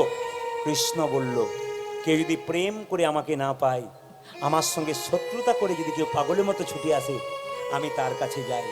কৃষ্ণ কই, কৃষ্ণকে ধরবো, কৃষ্ণকে মারবো। মায়েরা, পুতনা কি করেছিল? কৃষ্ণকে যখন কোলে নিল, তখন কৃষ্ণ পুতনার কোলে চেপে চোখ দুটো মুজে দিল।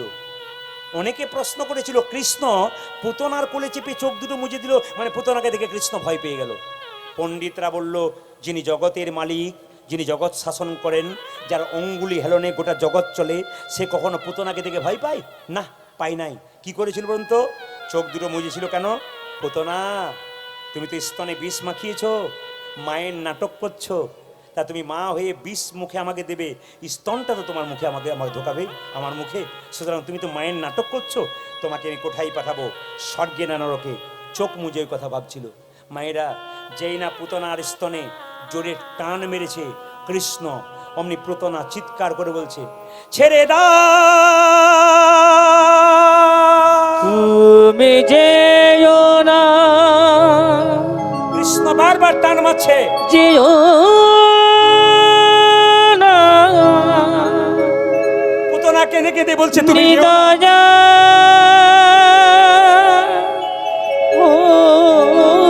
নিদয়া পুতনার চাওয়াটা কি সুন্দর দেখুন। তুমি যেও না, যেও না। নিদয়া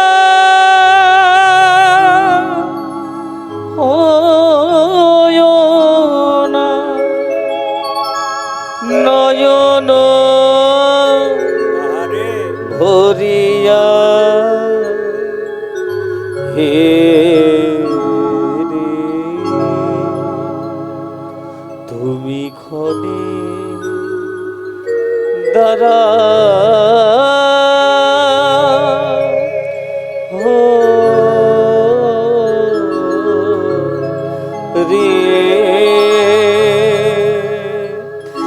কৃষ্ণ কৃষ্ণ দেখা দাও, দেখা দাও।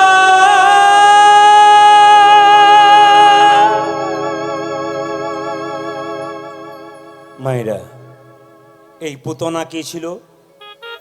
বলি রাজার স্ত্রী রত্নাবলী। বামন অবতারে কৃষ্ণ যখন বলি রাজার কাছে গিয়েছিল, তখন কৃষ্ণকে বামন অবতার দেখে মনে মনে ভেবেছিল, তুই যদি আমার ছেলে হতিস, রত্নাবলী ভাবত, তোকে আমি কোলে নিয়ে আদর করতাম। ভগবান মনে মনে ভাবল, আমি তোমার মনের ইচ্ছা পূর্ণ করব, আমি তোমার সন্তান হব। যখন ত্রিপাদ ভূমি চাইল, সঙ্গে সঙ্গে বলে এমন ছেলেকে স্তনে বিষ মাখিয়ে মারতে হয়। কৃষ্ণ মনে মনে ভাবল, তোমার মনের ইচ্ছা পূর্ণ করব, এটাও তোমার পূর্ণ হবে। এই জন্য সেই পুতনা হলো কে? বলি যার স্ত্রী রত্নাবলী। ভগবান তার মনের ইচ্ছা পূর্ণ করছে। আপনারা চমকে যাবেন, যখন পুতনা স্তনে বিষ মাখিয়ে কৃষ্ণকে মারবার চেষ্টা করলো, কৃষ্ণ যে না টান মেরেছে, পুতনার যখন প্রাণটা বেরিয়ে গেছে। মায়েরা, পুতনার শরীরটা বিরাট আকার, কেটে কেটে কেটে কেটে তার শরীরটাকে দাহ করা হয়েছিল। আমাদের মতো ছোট শরীর নয়, রাক্ষসী শরীর, বিরাট কয়েক যোজন, বিরাট বড় শরীর। কেটে কেটে টুকরো টুকরো করে তাকে শ্মশানের চিতাতে দেওয়া হয়েছিল। কিন্তু আশ্চর্যের ব্যাপার, আমরা যদি কেউ মারা যায়, তার মাংসটা যখন টুকরো করে কাটা হয়, তখন মাংসটা দুর্গন্ধ হয়। কিন্তু পুতনার মাংস যখন শরীরে কাটানো হচ্ছিল, তখন তার মাংস থেকে সুগন্ধ বেরোচ্ছিল। প্রশ্ন করবে, সুগন্ধ বেরোচ্ছিল কেন? ভগবান শ্রীকৃষ্ণ অমৃতময় মুখ দিয়ে স্তনের মধ্যে মুখ মাখিয়েছিল। এই জন্য অমৃতময় মুখে অমৃত ঢেলেছিল বলে পুতনার গোটা শরীরটা অমৃতময় হয়ে গেছিল। আসুন, আজকে আপনারা অনেকক্ষণ কীর্তন শুনলেন। শুধু একটা কথা আপনাদের বলে যাই, যে যেখানে বসে আছেন, কৃষ্ণ ভক্ত বাড়িতে হয়ে যান। আপনার স্বামী স্ত্রী সুখে থাকুন। স্বামী স্ত্রী যদি সুখী না হয়, কৃষ্ণ ভক্ত হওয়া যায় না। আমি একটা কথা বলবো, শুধু স্বামীর মনোবাসনা পূর্ণ করার জন্যে স্ত্রীর কর্তব্য স্বামীর সেবা করা। যদি মনে করেন উনি রোদে ঘেমে 1 ঘন্টা পর এলেন, 1 গ্লাস জল দাও তো, আপনি কি বলবেন? গড়িয়ে খেতে পারো না? তাহলে আপনি পত্নী নন, আপনি পেতনি। আর যদি আপনার স্বামী সারাদিন কাজ করার পর আপনি ক্লান্ত হয়ে শুয়ে আছেন, কিছু দিতে পাচ্ছেন না বলে আপনার স্বামী অত্যাচার করে, উনি কিন্তু কি স্বামী নন, উনি আসামি। এই জন্য আপনাদের কাছে নিবেদন রইল, দুজনকে ঠিক থাকতে হবে। তবে একটা শাস্ত্র কথা বলেছে, একটু মন দিয়ে শুনুন। সংসার সুখের হয় পুরুষের গুণে। দেখেছেন তো, যে ঘুমোচ্ছিল সেও তখন জেগে উঠেছে, না পুরুষের ঘুমে। আমি তো ওই জন্য চমকে দিলাম, সংসার সুখের হয়। কি আনন্দ! দাদা ভাইরা মনে মনে ভাবছে, এতদিন পরে আপনি আমাদের হয়ে বললেন, কেউ বলে না। সংসার সুখের হয় পুরুষের গুণে, স্ত্রীর গুণে, রমণীর গুণে। না মা, এক হাতে তালি বাজে না। সংসার সুখের হয় রমণীর গুণে, গুণবান স্বামী যদি থাকে তার ছনে। এক হাতে কিন্তু তালি বাজে না। এই দিয়ে তাকাবেন, আমাদের হিন্দুদের লজ্জার কি বলুন তো ব্যাপার, বলুন তো, দাদা কীর্তন শুনতে যাবেন না? আর বলবেন না, সংসার করেছি, আমার আর কীর্তন শোনা। আচ্ছা বলুন তো, আমাদের 2টো হাত আছে, ডান হাত আর বাঁ হাত। একটা হাতের নাম কি বলুন তো? অজুহাত। অজুহাত। আমার আর কীর্তন শোনা, সংসার করেছি। আচ্ছা সত্যি কি আমরা সংসার করেছি? একজন হাত তুলুন তো, কে সংসার করেছেন? কারা কারা সংসার করেছেন? सब ब्रह्मचारी ना कि कोई नहीं संसार किया, सब सन्यास बन गया किया। अरे हाथ तो उठाई भाई ना मायरा, संसार আমরা কেউ করি নাই। আমার বাবা করে নাই, দাদু করে নাই, সংসার পাতা ছিল আমরা এসেছি। কৃষ্ণ ভজিবার তরে জীব সংসারে আইনু, আর মিছে মায়ায় বদ্ধ হয়ে বৃক্ষ সম হইনু। মায়েরা, সংসার ছিল। আবার দেখবেন আমাদের সমাজে একটা ঘটনা আছে, যদি কাউকে বলা হয় দাদা কীর্তন শুনতে যাবেন না, উনি তখন আবার কীরকম বলে জানেন? আমার মতো হতভাগাকে কি ভগবান ডাকে গো, কি দুঃখ করে বলে। এই যে থলে নিয়ে যখন ওই কি বাজার যেন, কি একটা বাজার সামনে আছে, ওর নামটা মনে আসছে না, কি গড়িয়া নাকি, আর ঝিকিরা বাজার আছে, হাটে যখন থলিটা নিয়ে যায় তখন তো বলে না আমার মতো ভগবান হতভাগা কি হাট ডাকে গো, বাজার ডাকে গো, সেরকম বলতে পারেন? কোনোদিনই বলতে পারেন না। আমি আপনাদের সামনে নিবেদন করতে চাই, আপনাদের স্বামী স্ত্রীতে যাতে কোনোদিন ঝগড়া না হয় তার জন্য একটি মন্ত্র বলে লীলাটি সমাপ্তির দিকে যাব। বলবো না, বাদ দিয়ে দেবো। বাবারে, মায়েরা বলছেন বলুন বলুন, যত গণ্ডগোল তো ওনার সঙ্গেই হচ্ছে। আর দাদারাও মনে মনে ভাবছেন আপনি বলে যান, কোনো অসুবিধা নেই, আমরা চুপ করে আছি, যা বলার বলে যান, কারণ বেশি বললে অসুবিধা আছে আমাদের। আমি বলে দিই মা, স্বামী স্ত্রীতে ঝগড়া হবে না, দুটি মন্ত্র শিখিয়ে দিয়ে যাবো, মন দিয়ে শুনবেন। এদিকে স্বামী স্ত্রীর সম্পর্কটা কেমন? হাত এবং চোখের মতো। খুব সুন্দর শিক্ষামূলক কথা। স্বামী স্ত্রীর সম্পর্ক কি? হাত এবং চোখের মতো। হাত যদি ব্যথা পায় চোখ তখন কাঁদে, আর চোখ যদি কাঁদে হাত তার জল মুছিয়ে দেয়। স্বামী স্ত্রীর মধ্যে কে সুখী? কোন স্বামী স্ত্রী সুখী আপনাদের এখানে? যার স্ত্রী বোবা আর যার স্বামী কালা, তার নাই কোনো জায়গা। দেখবেন তাদের কোনো ঝগড়া নেই। আবার দেখবেন মায়েরা, একজন মেয়ে বলছে আমার স্বামী খালি আমার সঙ্গে ঝগড়া করে। বললাম এক কাজ করো, তুমি করো বলে বলে, হ্যাঁ ও যখন 5টা বলে তখন আমি 10টা বলে দিই। আমাদের এক কাজ করো, তোমার স্বামী যখন ঝগড়া করবে তুমি হাতে এরকম করে জল নেবে, জলটা ঢালবে, মুখের মধ্যে ভরবে, গিলবেও না ফেলবেও না। তার মানে কি? ঝগড়া আপনাদের হবে না। তবে শাস্ত্র কি বলল? স্বামী স্ত্রীতে দুটো কাজ করলে ঝগড়া হবে না। কি কি? ভোজন আর ভজন। স্বামী যদি বেলা 3টে আসে তাকে দেবেন, এর নাম ভোজন। আর সন্ধ্যাবেলায় স্বামী স্ত্রীতে ভজন করবেন, এরই নাম ভজন। যে উৎসবের পেছনে যাত্রা লেখা থাকে সেই উৎসবের দিনে ভগবান মন্দিরে থাকে না। দেখুন, রাস যাত্রা, বলুন তো ভগবান মন্দিরে থাকে? ভগবান সেদিন মন্দির থেকে বেরিয়ে আসে। ঝুলন যাত্রা, সেদিন দেখবেন ভগবান দোল খায়, সেই দিন ভগবান মন্দির থেকে বেরিয়ে আসে। আবার দেখবেন রাস যাত্রা, দোল যাত্রা, ঝুলন যাত্রা, আজকের দিনে হচ্ছে রথযাত্রা। আসলে জগন্নাথ দেব সারা বছর মন্দিরে থাকে। যারা ভক্ত তারা জগন্নাথ দেবের কাছে যায়। মায়েরা, যারা ভক্ত তারা জগন্নাথ দেবের কাছে যায়। তো জগন্নাথ দেব মনে মনে ভাবে সারা বছর তো ভক্তরা আমার কাছে আসে, কিন্তু আমার যারা ভক্ত নয় তারা তো আমার কাছে আসে না, তাই বছরে একবার মন্দির থেকে বেরোই কেন? অভক্ত যারা তাদের দেখা দেবার জন্য।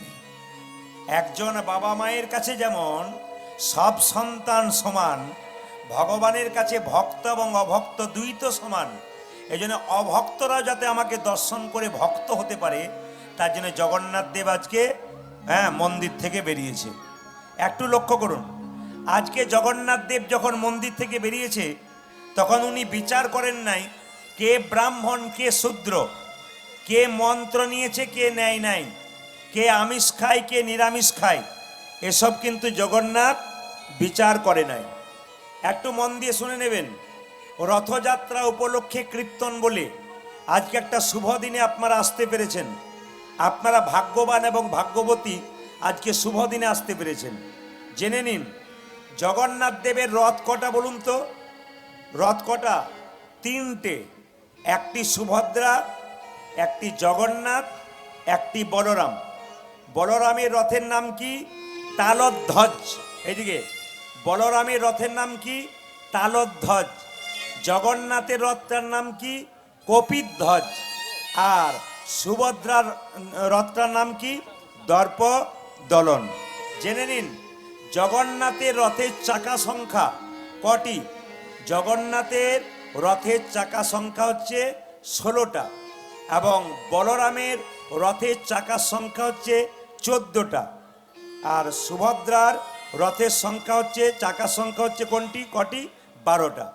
এতে কি তত্ত্ব বোঝায় একটু জেনে নিন। জগন্নাথের রথের চাকা হচ্ছে 16টা, এখানে শরীরের সঙ্গে তুলনা করেছে। 10 ইন্দ্রিয় 6 রিপু, কটা হলো? 16টা। আবার দেখুন বলরামের রথের চাকা হচ্ছে 14টা, মানে আমাদের 14 ভুবন আছে, এই 14 ভুবনকে তুলনা করেছে। আর সুভদ্রার যে রথের চাকা তা হচ্ছে 12টা, মানে 12টা মাসকে এখানে উল্লেখ করেছে। 206টি কাঠ দিয়ে জগন্নাথ মানে যে রথটা তৈরি, 206টি কাঠ দিয়ে তৈরি।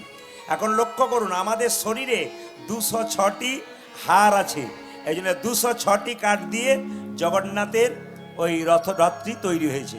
জেনে নিন মায়েরা, আগে যাচ্ছে কে? আগে যাচ্ছে বলরাম, পেছনে যাচ্ছে সুভদ্রা, তার পেছনে যাচ্ছে জগন্নাথ। ভালো করে শুনবেন, আগে যাচ্ছে কে? বলরাম, মাঝখানে যাচ্ছে কে? সুভদ্রা, পেছনে যাচ্ছে কে? জগন্নাথ। কোথায় যাচ্ছে? মাসির বাড়ি। কোথায়? গুন্ডিচার মন্দির। কতদিন থাকবে? 7 দিন পরে। এই যে যাওয়াটা আজকে যে গেল, এটার নাম হচ্ছে সোজা রথ। আবার 7 দিন পর যখন মাসির বাড়ি থেকে ফিরে আসবে, ওটার নাম হবে উল্টো রথ। মায়েরা অপেক্ষা করুন উল্টো রথের জন্যে। আজকে সোজা রথের দিনে আমি জানি আপনারা সবাই নিরামিষ টিরামিষ খেয়েছেন, আমি জানি আজকে জগন্নাথ দেবের কাছে প্রার্থনা করেছেন। জগন্নাথের চোখটা কেমন, গোল না পটল চেরা? জগন্নাথের চোখটা গোল, পটল চেরা নয়। কেন বলুন তো? কৃষ্ণের চোখটা পটল চেরা, মাঝে মাঝে বিচার এদিক ওদিক হতে পারে, কিন্তু জগন্নাথের চোখটা গোল।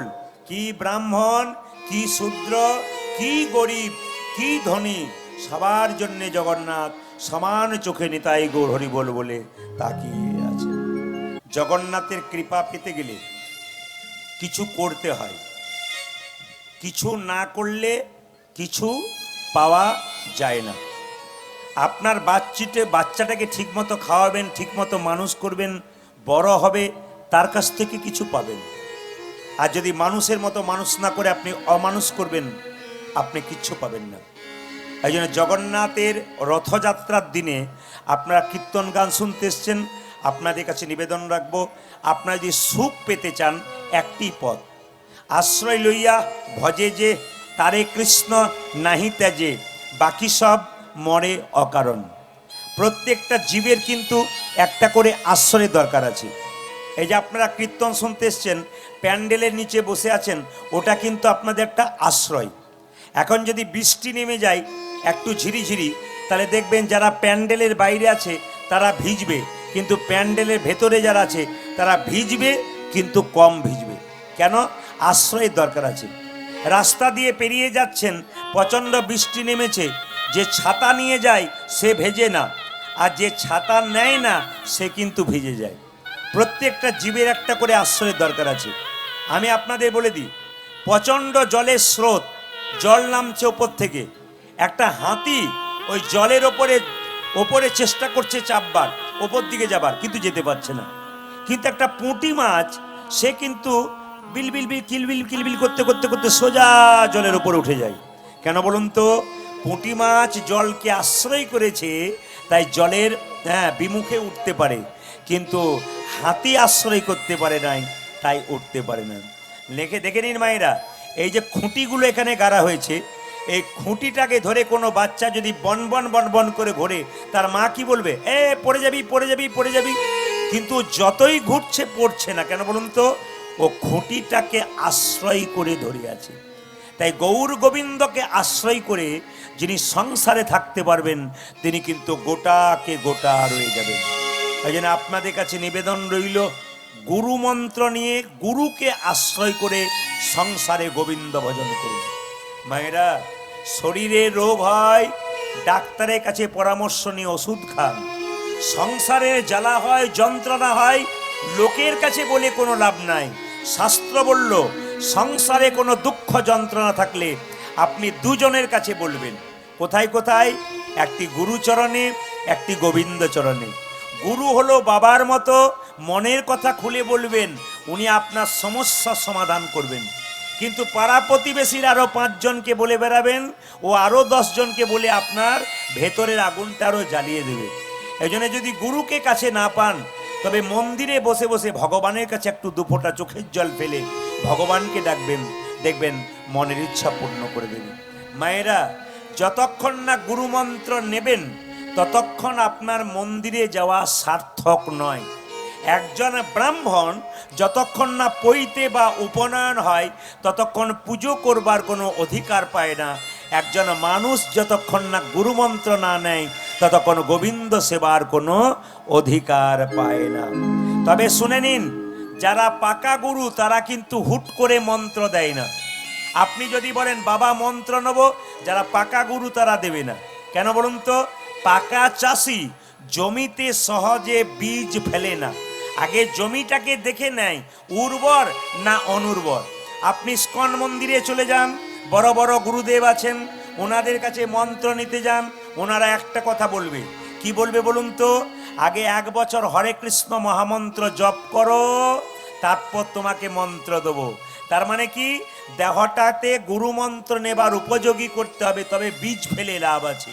যে জমি উর্বর নয়, হুট করে বীজ ফেলে দিলেন, গাছ ভালো হবে না। যে জমি উর্বর হয় সেখানে বীজ ফেললে গাছ হয়। এই জন্য গুরুমন্ত্র নেবার আগে যারা গুরুমন্ত্র নেন নাই তারা হরিনাম শুনুন, ভগবানের নাম করুন, হরে কৃষ্ণ ভজন করুন, আপনাদের দেহ মাটিটাকে তৈরি করুন, গুরুদেব মন্ত্র দেবে আর আপনাদের কাজ হয়ে যাবে। এই জন্য সবার কাছে নিবেদন রইল, আপনারা প্রত্যেকে গুরুমন্ত্র নিয়ে নেবেন। যারা বাকি আছেন তাদের কাছে নিবেদন রইল গুরুমন্ত্র নেবেন। তবে গুরু কিন্তু যাকে তাকে করবেন না। আপনার শরীরে কঠিন রোগ হয়েছে, আপনি পাকা ডাক্তার দেখান। কাঁচা ডাক্তার দেখালে ওষুধ দিয়েই যাবে, রোগ বেড়েই যাবে, রোগ ভালো হবে না। আর যদি আপনি পাকা ডাক্তার দেখান, চিকিৎসার মাধ্যমে আপনার রোগ ভালো করবে। জীবনে যদি গুরু করতে হয় মায়েরা, তবে যাকে তাকে গুরু করবেন না, পাকা গুরু করবেন। পাকা গুরুকে আর কাঁচা গুরুকে? কাঁচা গুরু সে মন্ত্র দেবার আগে চুক্তি করে যে ঠাকুর আমি মন্ত্র নেব, নে, দক্ষিণা কি লাগবে? কিচ্ছু না। কেন? আমি তোর বাবা, তুই আমার ছেলে, তোর তো সব কিছু আমার, হ্যাঁ, তুই আমাকে শুধু ভক্তিটুকু দে।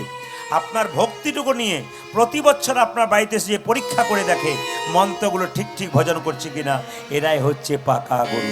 তবে জেনে নিন মায়েরা, যিনি গুরুদেব তিনি যখন আপনার বাড়ি আসবে খালি হাতে আসবে না। আপনি যেমন গুরুদেবের বাড়ি যান তখন কিন্তু খালি হাতে যেতে নেই মায়েরা। কিছু কিছু জায়গা আছে, মাথায় রাখবেন, খালি হাতে যেতে নাই। গুরুগৃহে যাবেন, খালি হাতে যাবেন না। আপনি মন্দিরে যাবেন, খালি হাতে যাবেন না। আপনি আশ্রমে যাবেন, খালি হাতে যাবেন না। যে কোনো শুভ সৎসঙ্গে যাবেন, আপনি খালি হাতে যাবেন না, কিছু নিয়ে যেতে হয়। বাড়িতে বাচ্চা জন্মগ্রহণ করেছে, আপনি দেখতে গেছেন, খালি হাতে যাবেন না। কিছু কিছু জায়গা আছে যেখানে খালি হাতে যেতে নেই। কিন্তু গুরু যেমন, গুরুর বাড়িতে আপনি খালি হাতে যাবেন না, কিছু নিয়ে যাবেন।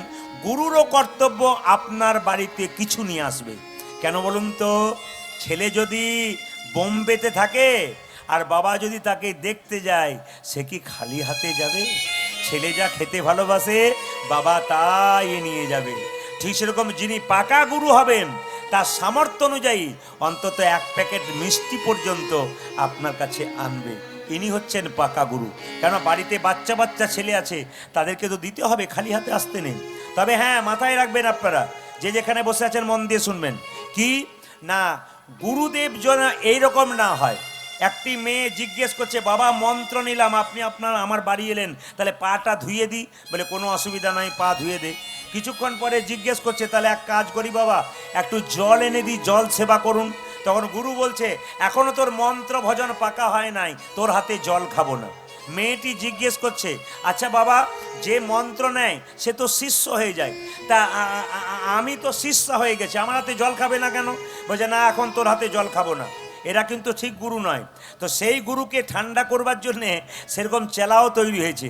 সেই মেয়েটি বলছে, বাবা, তাহলে আপনি যদি জল আমার হাতে খাবেন না, চাপা করলে জল খাবেন না, তো মিনারেলস ওয়াটারের বোতল 1 বোতল এনে দিই। সঙ্গে সঙ্গে গুরু বলছে, কোনো অসুবিধা নাই। সঙ্গে সঙ্গে মেয়েটি বলছে, বাবা, আপনি আমার হাতে জল খাবেন না, চাপা কল থেকে আনা জল, আর এই বোতলে জলটা খাবেন। এই বোতলে যে লোকটা জলটা ভরেছে ওটা কোন জাতের লোক আপনি কি করে বুঝলেন? এতে যে জলটা ভরেছে সে যে নোংরা হাতে ভরে নাই, আপনি কি করে বুঝলেন? তখন গুরু চুপচাপ হয়ে গেছে।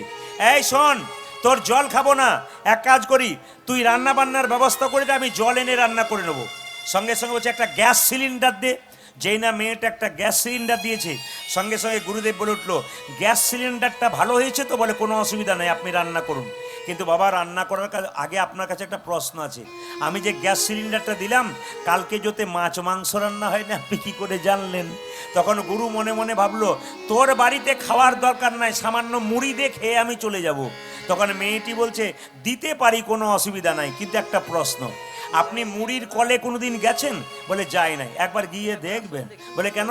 যত না হাতে নাড়াচাড়া হয়, তত পায়ে করে বেশি নাড়াচাড়া হয়, আপনি খাবেন কি করে?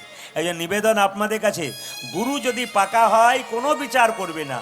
আপনি যা দেবেন ভক্তি ভরে, তিনি হচ্ছেন পাকা গুরু, রামকৃষ্ণের কথায়। আপনার প্রশ্ন করবেন কখন থেকে গুরুমন্ত্র নেওয়া যায়? 8 থেকে 10 বছর বয়স থেকে আপনার বাচ্চাকে আপনি গুরুমন্ত্র দিতে পারেন। আপনি কি গুরু পরিবর্তন করতে পারেন? শাস্ত্র বলছে গুরু পরিবর্তন করা যায়।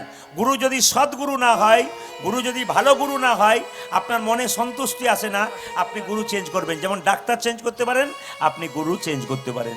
তাই তো আমাদের নিবেদন হচ্ছে, একজন পণ্ডিত বলল, আমার জীর্ণ তরিটা তোমার চরণে দিলাম, তুমি আমাকে ওইখানে পৌঁছে দাও ভগবানের কাছে। আজকে আমাকে একজন ভক্ত জিজ্ঞেস করলেন, আপনি কি পালা করবেন? তা আমি বললাম, পালা তো আমি জানি না, আমি লীলা জানি। উনি বললেন, লীলা? বলে হ্যাঁ, কীর্তনের কোনোদিন পালা হয় না, কি হয়? লীলা হয়। কীর্তনে কোনোদিন পালা হয় না, কি হয় মা? লীলা হয়। কোনো কীর্তনিয়াকে কোনোদিন জিজ্ঞেস করবেন না যে কি পালা হবে, জিজ্ঞেস করবেন কি লীলা হবে। দেখবেন কীর্তনের পালা হয় না, যাত্রার পালা হয়, নাটকের পালা হয়। আমাদের জীবনে দুটো পালা আছে, একটি আসার আর একটি, জোরে বলুন, যাওয়ার। বাহ, আপনারা তো জোরে বলছেন, অন্য জায়গায় ভয়ে বলে না, যাবে না বলে। জোরে বলুন, একটি আসার আর একটি, হ্যাঁ।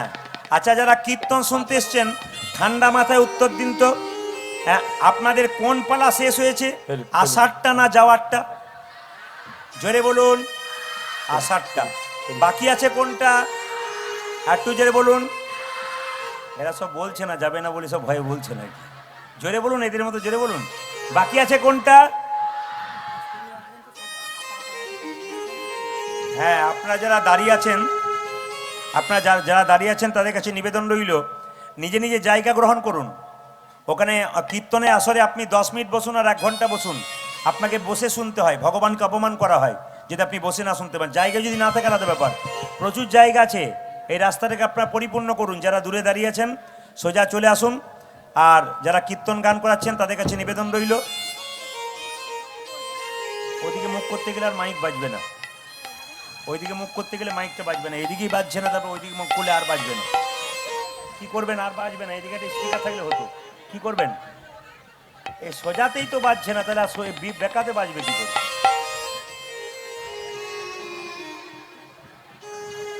বেশ, ঠিক আছে।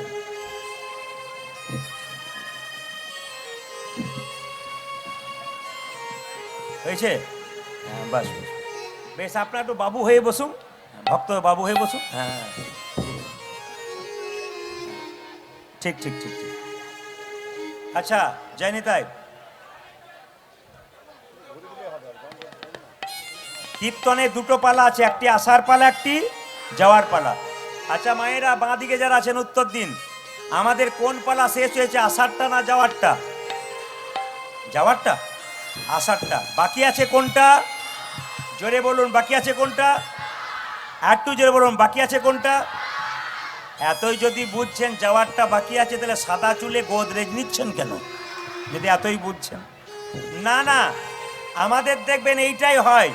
দেখবেন মৃতদেহ দরজায় নিয়ে যায়, বলো হরি হরি বল, বলো হরি হরি বল।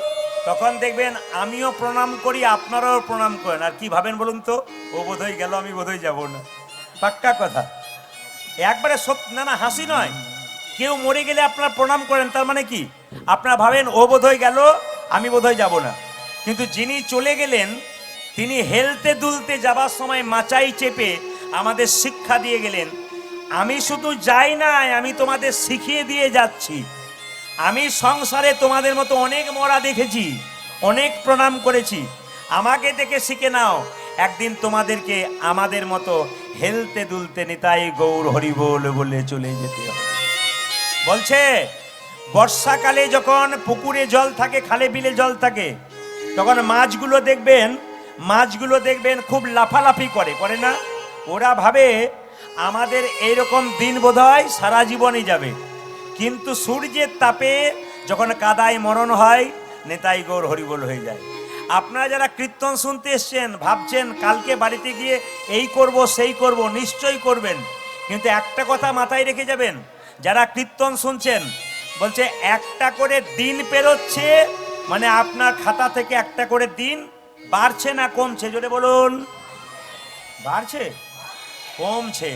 আচ্ছা, তাহলে একটা করে রাত্রি পেরোচ্ছে মানে একটা করে দিন কমছে। এতে আনন্দ পাওয়ার কিছু নাই। যতদিন বাঁচছেন একটা করে খাতাতে নাম কেটে কেটে যাচ্ছে দিন। এই জন্য বাবা, কে যে কখন চলে যাবে বলা যায় না, যাবার আগে ভগবানের নাম করো।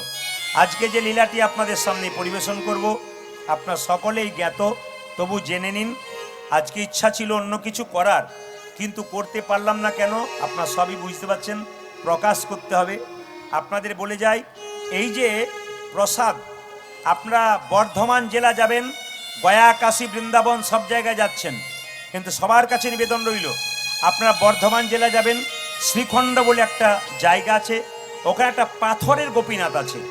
আশ্চর্যের ব্যাপার, যত যত ভগবানের মন্দির যাবেন, সব ভগবানের হাতে আসল নাড়ু থাকে, কিন্তু ওইখানে গেলে, শ্রীখণ্ডে গেলে, গোপীনাথের হাতে অর্ধেকটা পাথরের নাড়ু আছে।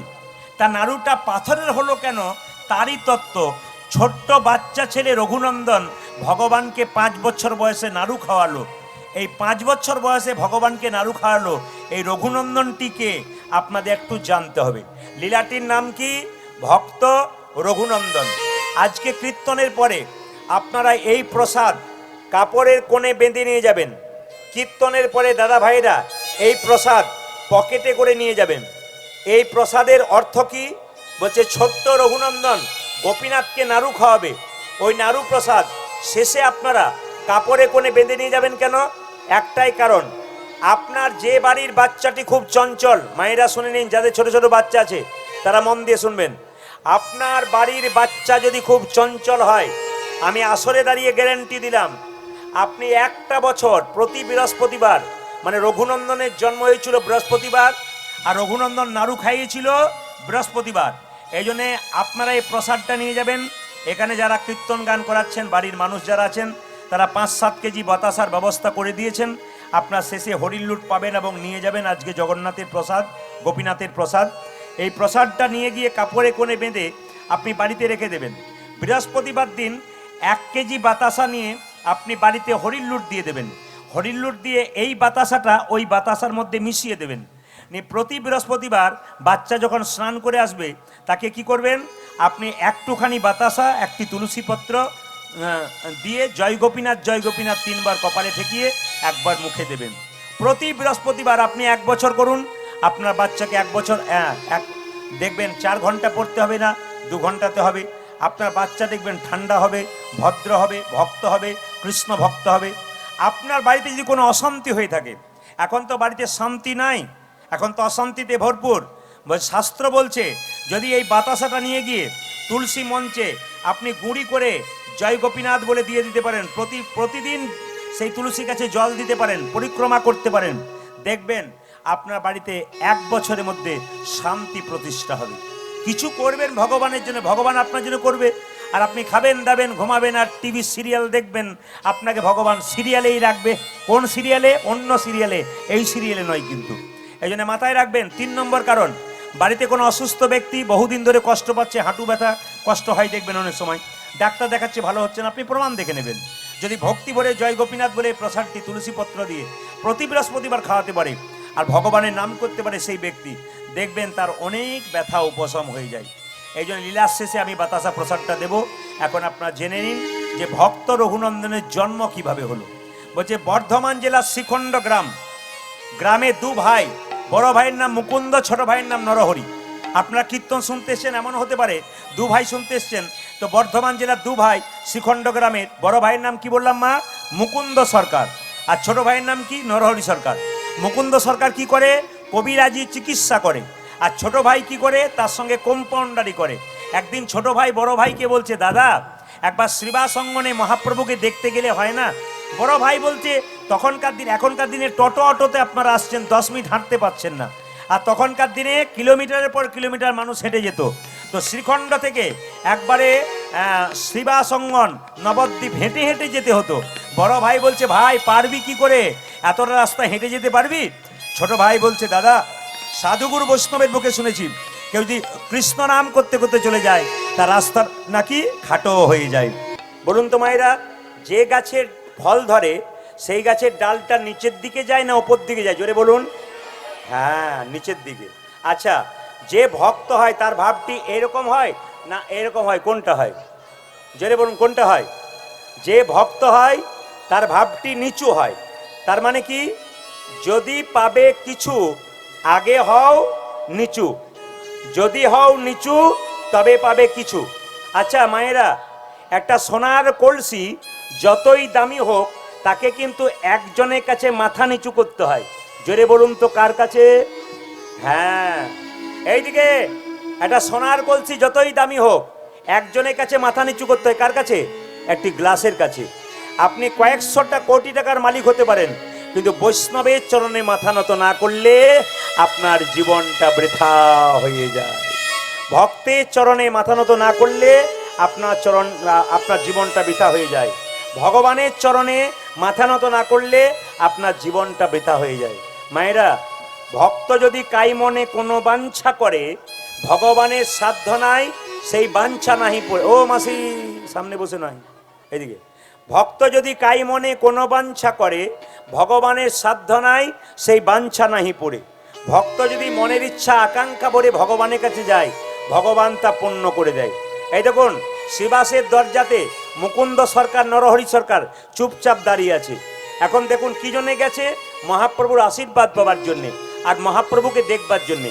মহাপ্রভু বাড়ির ভেতরে শ্রীবাসকে বলছে, শ্রীবাস তোমার বাড়ির দরজায় দুজন দাঁড়িয়ে আছে, বড় ভাইয়ের নাম মুকুন্দ, ছোট ভাইয়ের নাম নরহরি। চলো ওদের দুজনকে দর্শন দিয়ে আসি, ওদের আশীর্বাদ দিয়ে আসি। ভক্ত যখন ভগবানকে ডাকে, ভগবান তখন ভক্তকে একটু ধাক্কা মারে। কিছু মনে করবেন না, আপনি যখন প্রচুর ভক্ত হয়ে যাবেন, ভগবান ছাড়া কিছু জানবেন না, ভগবান তখন দেখবেন আপনার ছেলেকে একটা কঠিন অসুখ দিয়েছে, নইলে বাড়িতে একটা বিপদ ডেকে এনেছে। আপনি তখন যদি ভগবানকে হারিয়ে দিন, তাহলে ভগবান মনে মনে ভাববে, এই তো তোমাকে ধাক্কা দিয়ে দেখলাম তুমি আমার কতখানি হয়েছো। এই জন্য মায়েরা, যে করে আমার আস আমি করি তার সর্বনাশ, তবে সে যদি না ছাড়ে আমার পাশ, শেষে হই আমি তার দাস অনুদাস।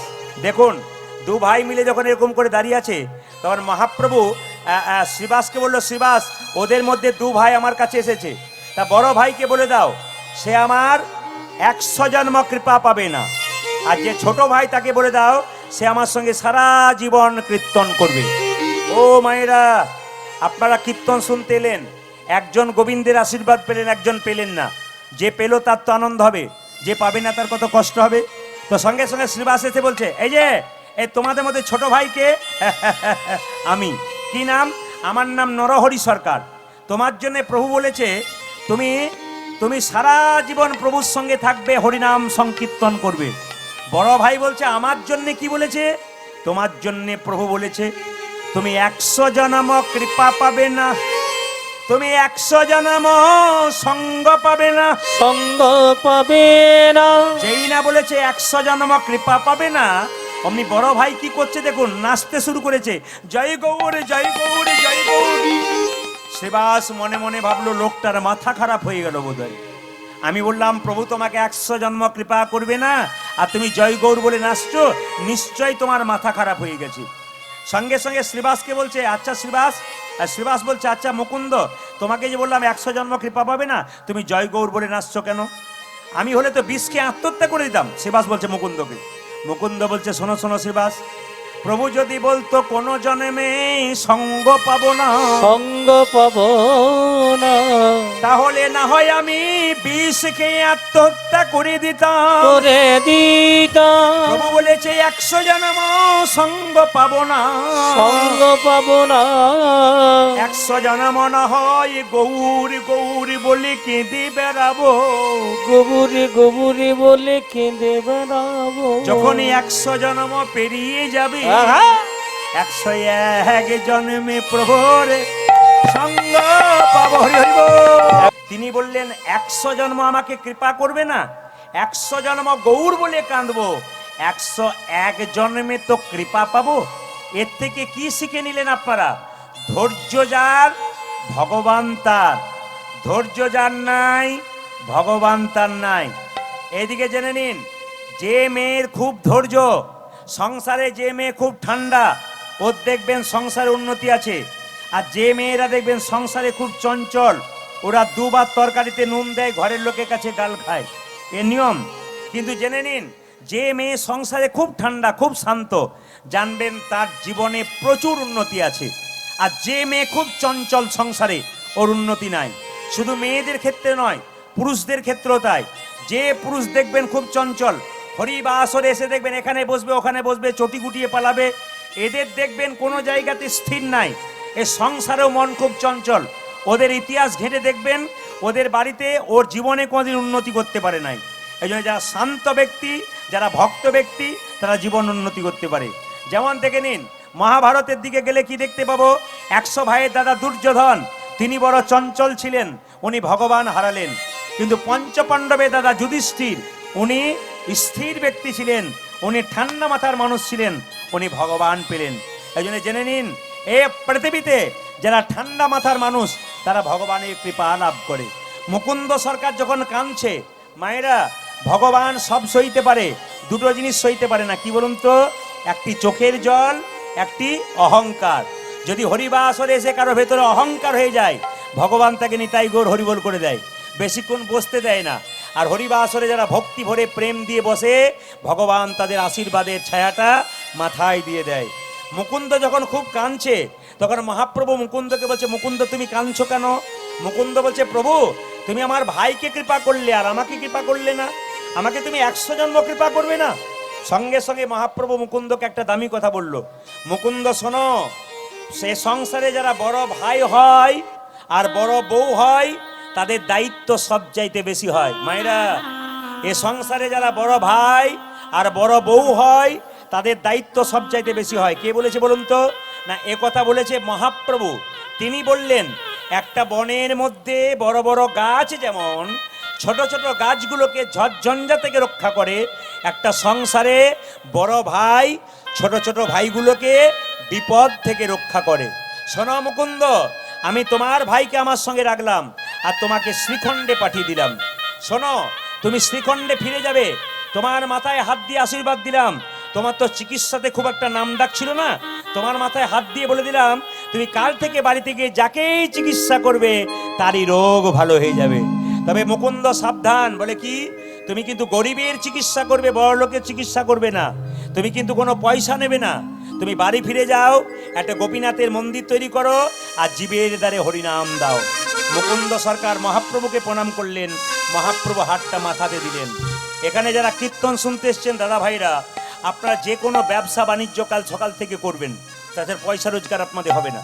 এইবার লক্ষ্য করুন, যদি কেউ কীর্তন মহাপ্রভুর গুণকীর্তন বারবার শুনতে থাকে, আপনার উপরে আশীর্বাদ পড়বে, আপনার ব্যবসা আপনা-আপনি চলবে।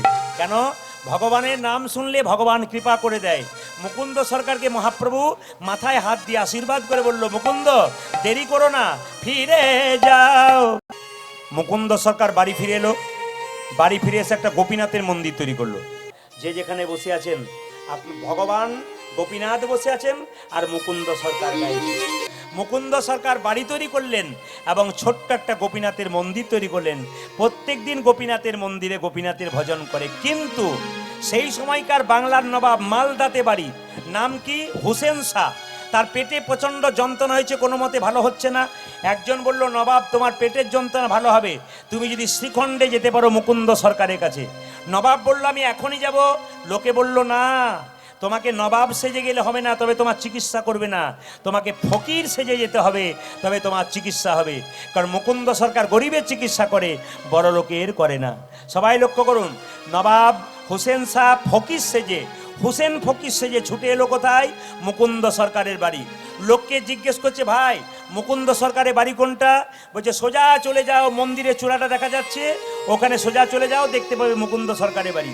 একজন বলল, না গো, শুধু মুকুন্দ সরকারের বাড়ি দেখবে তা নয়, কীর্তন হচ্ছে তা দেখতে পাবে। আবার দেখবে প্রচুর লোক লাইন দিয়ে দাঁড়িয়ে আছে। নবাব হোসেন শাহ ফকির সেজে মায়েরা লাইনের মাঝে দাঁড়ালো, তখন মুকুন্দ সরকার গোপীনাথের পুজো করছে আর এই কীর্তনটা গাইছে। আসলে নবাব হোসেন শাহ ফকির সেজে দাঁড়িয়ে আছে চশমা নিয়ে, ওনাকে মুকুন্দ এই যে এই যে এই যে এই যে এই তোমাকে ডাকছি। না না, অনেকে ইশারা করে ডাকছেন, আমাকে ডাকছেন না না, এই মাঝে মাঝে চমক হয় আর কি। এই যে তাকান, যেই না বলেছে তোমাকে ডাকছি, আপনি নবাব এসে বলছে, কি হলো বাবা, তোমার নাম কি? আমার নাম হোসেন ফকির। মানে কোনো মতে বলছেন আমি এত বড় বাংলার নবাব। কি হয়েছে তোমার? এখানে জাতের কোনো বিচার নাই, কি হয়েছে? আমার পেটে বড় যন্ত্রণা হয়েছে। আচ্ছা বেশ বেশ, এক কাজ করো তো, তুমি তোমার জামাটা খুলে দাও তো। যেই না জামা খুলতে বলেছে, বাংলার নবাব চমকে উঠেছে। জামা আমি খুলবো, কিন্তু পেটের যন্ত্রণা যদি ভালো না হয় তাহলে বুঝিয়ে দেবো আমি কেস। কি ভাবছো? জামাটা খোলো তাড়াতাড়ি। মুকুন্দ সরকারের কথায় মায়েরা, নবাব যেই না জামাটা খুলেছে, অমনি বলছে, এক কাজ করো, এবার মাটির বারান্দাতে গড়াগড়ি দাও। নবাব তখন আরো চমকে গেছে, মনে মনে ভাবছে, কালের কাল বর্ষাকাল, হরিণে চাটে বাঘের গাল, নেহাত বেকায়দায় পড়েছি বলে। পেটের রোগ যদি ভালো না হয় তাহলে বুঝবে। আরে ভাই কি ভাবছো? আরে জামাটা খুলেছো, গড়াগড়ি দাও মাটিতে। যেই না মুকুন্দ সরকারের কথায় নবাব হোসেন শাহ মাটিতে গড়াগড়ি দিয়েছে, অমনি অর্ধেকটা পেটের রোগ ভালো হয়ে গেছে। চমকে উঠে বলল, কবিরাজ কি এই মাটিতে কি ওষুধপত্র দেওয়া থাকে নাকি? বলে কেন? যেই না গড়াগড়ি দিলাম অমনি অর্ধেকটা পেটের রোগ ভালো হয়ে গেল। সঙ্গে সঙ্গে বলল, কি জানি সবাইকে দিতে দিতে এক আধটু পড়ে গেছে, সেটা তোমার হয়তো কাজে লেগে গেছে। কই দেখি দেখি দেখি দেখি দেখি দেখি আসল ওষুধটা দিয়ে দিই।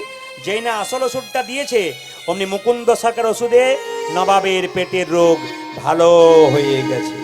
মায়েরা, এখানে প্রশ্ন হচ্ছে তা নয়, নিচে ওষুধ পড়লে কেউ যদি গড়াগড়ি দেয় তবে তার কোনদিন রোগ ভালো হয় না, ভালো হয় না। আসল তত্ত্ব কি? কি? ভক্তপদ ধুলিয়ারে ভক্তপদ জল, ভক্ত পদ জল। ভক্ত, একে বেশি করে বাতাসা খাওয়াবেন, হ্যাঁ বুঝলেন? এই যে দুটো আছে না, বেশি করে বাতাসা খাও, বস, বেশি করে দেবো বাতাসা দেবো, খাও। বড় চঞ্চল, শেষে দেবো। একবারে হ্যাঁ, ওকে বেশি করে বাতাসা খাওয়াবেন, লাফিয়েই যাচ্ছে আর কি। না না, ওকে দরকার আছে, বেশি করে বাতাস খাবি, বস। ভক্ত পদ ধুলিয়ার ভক্ত পদ জল, ভক্ত পদ জল। ভক্ত ভক্ত শেষ হয় তিন মহাবল। তিন মহাবল। মায়েরা, ভক্তের চরণ ধুলিতে কেউ যদি গড়াগড়ি দিতে পারে, গড়াগড়ি দিতে পারে, তবে তার দেহ রোগ শুধু দূর হয় তা নয়, তা নয়। আহা, তার পেটের রোগ দূর হয় তা নয়, তা নয়, তার ভব রোগ দূর হয়ে যায়। হয়ে যায়। আপনারা অগণিত ভক্ত আজকে কীর্তন শুনতে এসছেন, বাচ্চাগুলোকে একটু বসান, বাচ্চাগুলোকে একটু বসান, যারা মা আছেন তারা বাচ্চাগুলোকে বসান, কোলে নিয়ে বসান, একটু মন দিয়ে শুনুন। ও যখন দাঁড়াবে তখন আরো দু চারজন যোগ দেবে, দেখছেন না, ও পার্টি পেয়েছে, ও এলো আর কি। এ নিয়ম, এটা নিয়ম। মুকুন্দ সরকার যখন কি করলো, নবাবকে বললো, কই দেখি দেখি দেখি দেখি দেখি দেখি আসল ওষুধটা দিয়ে দিই। আসল ওষুধটা দিয়েছে, পেটের রোগ ভালো হয়ে গেছে। সঙ্গে সঙ্গে নবাব বলে উঠলো, মুকুন্দ।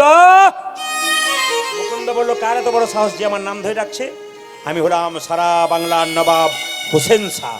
নবাব তুমি? হ্যাঁ, তোমাকে পরীক্ষা করতে এসেছিলাম, তুমি কত বড় কবিরাজ। সত্যি তুমি বড় কবিরাজ। তবে শোনো, তোমাকে আর এখানে রাখবো না। তোমাকে কোথায় নিয়ে যাব না, তোমাকে আমি আমার গৌড়ে নিয়ে যাব, মালদাতে। মুকুন্দ সরকার কেঁদে কেঁদে বলল, প্রভু, ওগো নবাব, আমায় নিয়ে যেও না, আমার এত অভাব, আমি গরিবের চিকিৎসা করি। সঙ্গে সঙ্গে নবাব বলল, তবে শোনো, আমার যদি কোনোদিন অসুখ হয় তুমি দেখবে তো? নিশ্চয়ই দেখবো, গোটা শ্রীখণ্ডটা আমি তোমার নামে লিখে দিলাম। তাহলে মুকুন্দ সরকার এত অভাব ছিল, লিখে দিল গোটা শ্রীখণ্ডটা। মায়েরা বলুন তো, ঈশ্বর যা করে তা, জোরে বলুন, আমি জোরে শুনতে চাই, ঈশ্বর যা করে তা। যে ঘুমাচ্ছে সে বলুন। চোখ আমার খুব খারাপ এইদিকে। আর যিনি ঘুমাচ্ছেন সে ভাবছে খালি প্রদীপ পাল আমার দিকে তাকাচ্ছে, আর কারোর দিকে তাকায় না। না না, ফাঁকিবাজের দিকে তো সবাই তাকায়।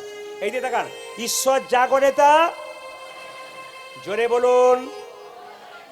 এখন যদি বৃষ্টি নেমে যায়, ঈশ্বর যা করে তা। আপনার তো মঙ্গলের জন্য যিনি কীর্তন করাচ্ছেন তার কি অবস্থা হয় বলুন তো। এদিকে আচ্ছা, এইবার বলুন তো, আপনার ছেলে পরীক্ষায় ফেল মেরেছে, আপনার সামনে কেউ যদি বলে ঈশ্বর যা করে তা মঙ্গলের জন্য, আপনার কেমন লাগবে? এখন তার বলবেন না, তখন কি বলবেন? বাজে বকবেন না তো, খালি বাজে বকবেন, জানো না থেকে। ভালো হলে ভালো, মন্দ হলে মন্দ। একটা প্রমাণ দিয়ে দিই আপনাদের, মন দিয়ে শুনুন। একজন রাজা আর মন্ত্রী প্রত্যেক দিন বনে যেত, কিন্তু মন্ত্রীর একটা স্বভাব ছিল কি বলতো, খালি কথায় কথায় বলতো রাজামশাই ঈশ্বর যা করে তা মঙ্গলের জন্য। চুপ করো, খালি ওই একই কথা। একদিন রাজা যখন বনে যাচ্ছে, মন্ত্রী পেছনে যাচ্ছে, হঠাৎ রাজা যেতে যেতে রাস্তাতে একটা পাথরে জোরে হোঁচট খেয়েছে, আর মন্ত্রী বলছে ঈশ্বর যা করে তা মঙ্গলের জন্য করে।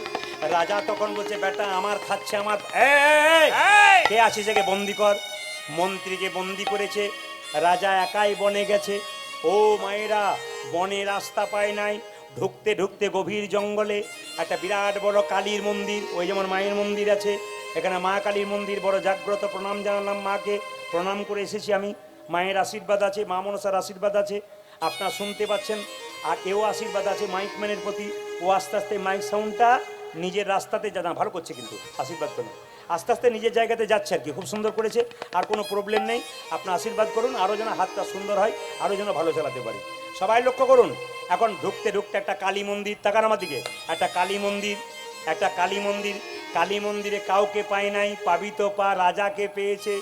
এখন একটা করে মানুষ বলি দেওয়া হয়, কাউকে পায় নাই, আজকে রাজা জয় মা জয় মা। আচ্ছা, সামনে কালী মন্দির হচ্ছে, হাত তুলে বলুন তো, ছাগল কাটছেন আপনারা, কিন্তু ছাগল কাটতে কাটতে ছাগলের পায়ে যদি খুঁত হয়ে যায় আর কাটেন, জোরে বলুন। তা রাজার পায়ে খুঁত হয়েছে, জয় মা।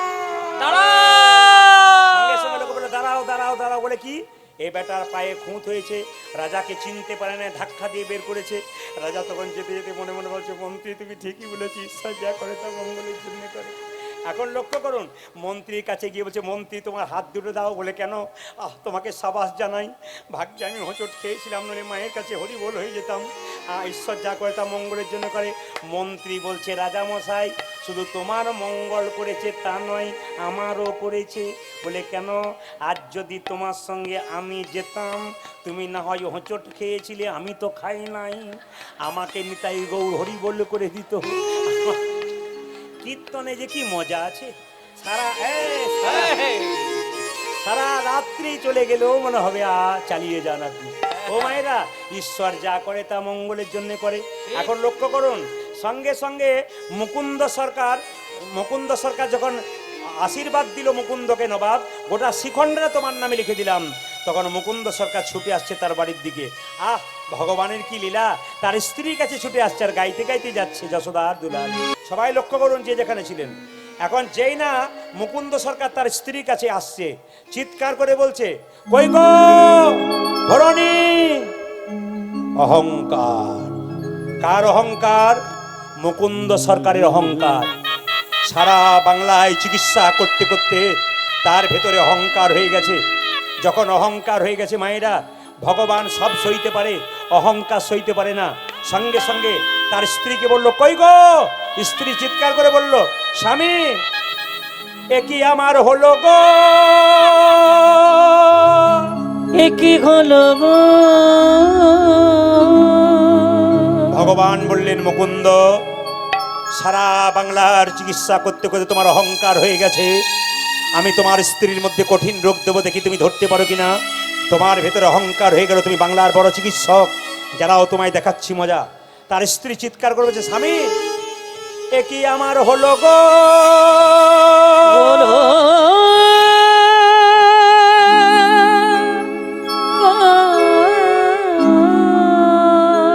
আমার সর্বাঙ্গ যেন জ্বলে যায়, জ্বলে যায়। কি আমার হলো গো,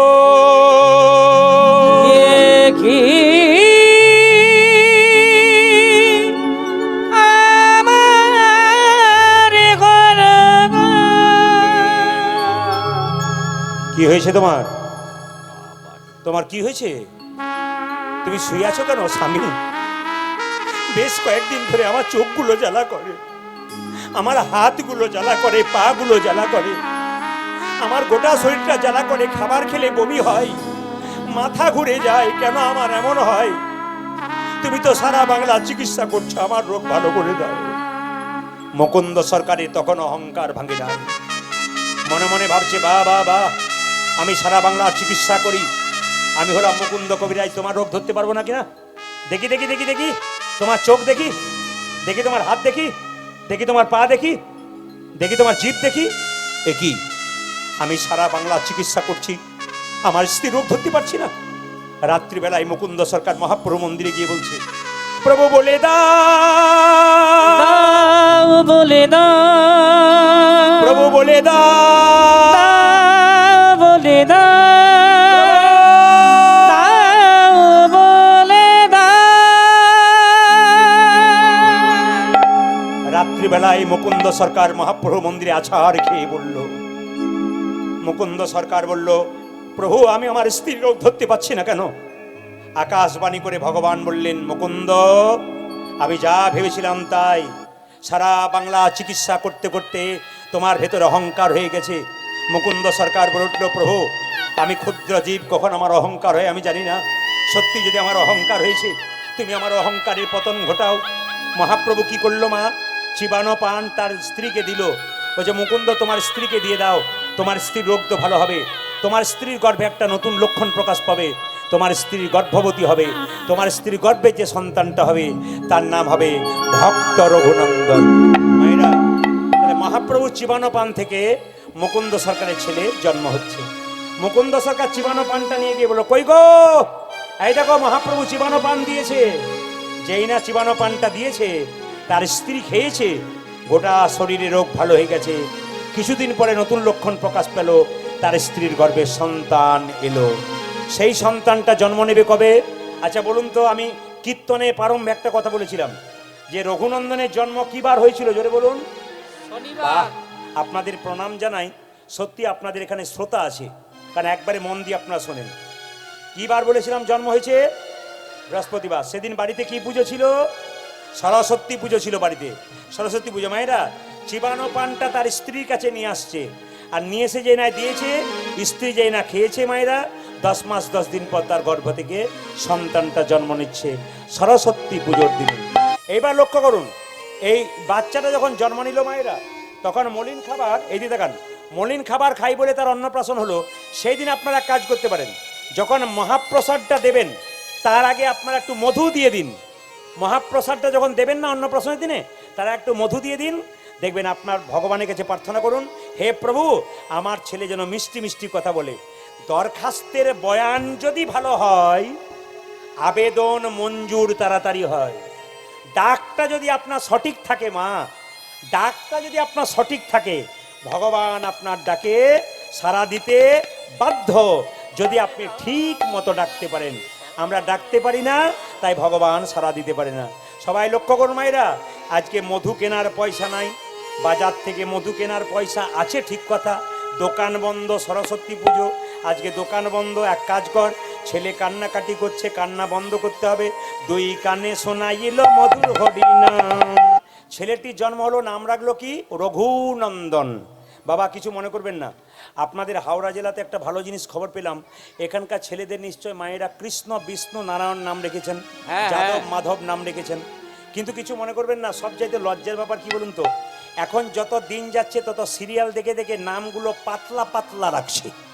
যত সিরিয়াল দেখছে নাম পাতলা পাতলা। আগে নাম কি ছিল? যারা বাবারা কীর্তন শুনছেন, ছেলের নাম ছিল রাঘব, ছেলের নাম ছিল মাধব, ছেলের নাম ছিল নারায়ণ, ছেলের নাম ছিল বিষ্ণু, ছেলের নাম ছিল কৃষ্ণ। আপনি ছেলেকে 10 বার ডাকবেন, 2 বার গালি দেবেন, 8 বার তো ভালোভাবে ডাকবেন, আপনার ডাকা হয়ে যাবে। ওই ছেলের নাম কৃষ্ণ বিষ্ণু রাখবেন। কিন্তু লক্ষ্য করুন, এখন নামগুলো উল্টো পাল্টা রাখা হয়। আমি যেমন কয়েকদিন আগে কীর্তন করছিলাম একটা বাড়িতে, দেখছি ওর বাড়িতে অনেকগুলো খেলা করছে ছেলে। আমি ভদ্রলোকে জিজ্ঞেস করলাম, আচ্ছা ভাই আপনার ছেলে মেয়ে কটি? বলছে মেয়ে নাই, তবে কি আমি পঞ্চপাণ্ডবের বাপ। আমি মনে মনে ভাবলাম, বাবারে 1 পাণ্ডবের বাপ হতে গিয়ে বাবা ঝুলে মনে মরছে, এ বেটা কত আনন্দ করে বলছে আমি পঞ্চপাণ্ডবের বাপ। এমন তাহলে নিশ্চয়ই নাম রেখেছেন যুধিষ্ঠির, ভীম, নকুল আর সহদেব। বলছে ও নাম কে রাখে? আমি আলাদা নাম রেখেছি। পরে বড় ছেলের নাম রেখেছি ঝন্টু, মেজর নাম রেখেছি মন্টু, 3 নম্বরের নাম রেখেছি নন্টু, আর 4 আর 5 নাট আর বল্টু। আমি তখন বললাম কিছু মনে করো না ভাই, তুমি যে 3টে নাম রেখেছো ঝন্টু, মন্টু, নন্টু, কোনো অসুবিধা নাই, কিন্তু লাস্টে যে 2টো নাম রেখেছো নাট আর বল্টু, ওটা তোমার শেষ বয়সে কাজে লেগে যাবে। ও বলছে আমি বুঝতে পারলাম না। বলছে যখন বয়স হবে তোমার, তখন তোমার শরীরের পার্টসগুলো ঢিলো হবে, আর নাট বল্টু তোমাকে টাইট করে করে সোজা করে দেবে। এই জন্য আপনাদের কাছে নিবেদন রইল বাবা, যে যেখানে বসে আছেন, ছেলের নাম কি রাখবেন? কৃষ্ণ, বিষ্ণু, নারায়ণ। এই যে রঘুনন্দন জন্ম নিল, শাস্ত্র কি বলছে? ইনি কামদেব মদন। এই যে আমি মন্দিরে ঢুকেছিলাম, মন্দিরে দেখলাম প্রেম, মন্দিরে দেখলাম কি না, মন্দিরে দেখলাম আম পাতা, দেখলাম আমের শখা। এই আমের শখাটা কার জন্য দিন? কামদেব মদনের জন্য দেন। মায়েরা, কামদেব মদনের আশীর্বাদে আমের শখা দেন। একটু প্রমাণ দিয়ে দিই, সবাই জেনে নিন। কামদেব মদন তার সবাইকে বান মারতে মারতে একবার বাবা ভোলাকে মেরেছিল। বাবা ভোলা তখন বললো কামদেব তুই আমাকে বান মারলি। বাবা ভোলা ত্রিশূল ছুড়ল, আর কামদেব মদন ছুটতে ছুটতে ত্রিশূল পেছনে ছুটছে, কামদেব মদন ভয়ে হয়ে যাচ্ছে। ছোট্ট একটা আম গাছ রাস্তার ধারে ছিল, ওই আম গাছের নিচে চুপচাপ বসে পড়লো কামদেব মদন।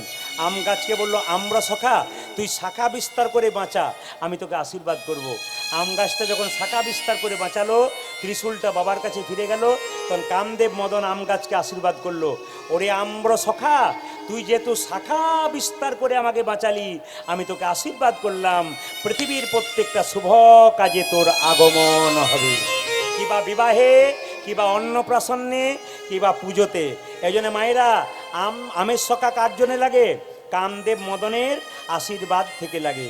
লক্ষ্য করুন, এই কামদেব মদন একবার বান মারতে মারতে কৃষ্ণকে মেরেছিল। কৃষ্ণ বলল কামদেব আমার দা বান তুই আমাকে মারলি, আমি তোকে অভিশাপ দিলাম, তোর মর্তকুলে জন্ম হোক। কামদেব মদন তখন কেঁদে কেঁদে বলল হে প্রভু, অভিশাপে যদি দিলে আমায় মর্তকুলে জন্ম হোক, আশীর্বাদ দাও যেন তোমার চরণ লাভ করতে পারি। তখন ভগবান বলল তুই তো খুব চালাক রে, আমি শ্রীখণ্ডে গোপীনাথ রূপে যাব, আর তুই রঘুনন্দন রূপে যাবি কামদেব, একদিন তোর হাতে আমি নাড়ু প্রসাদ গ্রহণ করব। ওই জন্য ভগবান শ্রীকৃষ্ণ গোপীনাথ রূপে এলেন কোথায়? শ্রীখণ্ডে, আর কামদেব মদন রঘুনন্দন রূপে জন্ম নিলেন। পাশ থেকে একটা বাচ্চা ছুটে এলো গ্রাম থেকে, কবিরাজ তুমি আমার বাবার চিকিৎসা করতে চলো, আমার বাবার খুব পেটে যন্ত্রণা। তোর বাবার তো চিকিৎসা করতে যাব, আমার তো রঘু আস্তে আস্তে বড় হচ্ছে, দাঁড়া তাকে পুজোর ব্যবস্থা করি। রঘু আজকে পুজোটা তুই কর। বলছে বাবা আমি পুজো করতে পারবো? বলে হ্যাঁ রে তুই পারবি, আমি তো মন্ত্র জানি না। বলছে পুজো করতে গেলে মন্ত্র লাগে না কেন? মন্তর মন্তর মন্তর, শুদ্ধ মন যদি থাকে তাহলে মন্ত্রের দরকার হয় না। তার বাবা যখন চিকিৎসা করতে গেল, ছোট্ট রঘুনন্দন মন্দিরে গিয়ে পাথরের গোপীনাথকে কেঁদে কেঁদে বলছে ও গো গোপীনাথ ঘনশ্যাম। সবাই দর্শন করুন, বাবু হয়ে বসুন।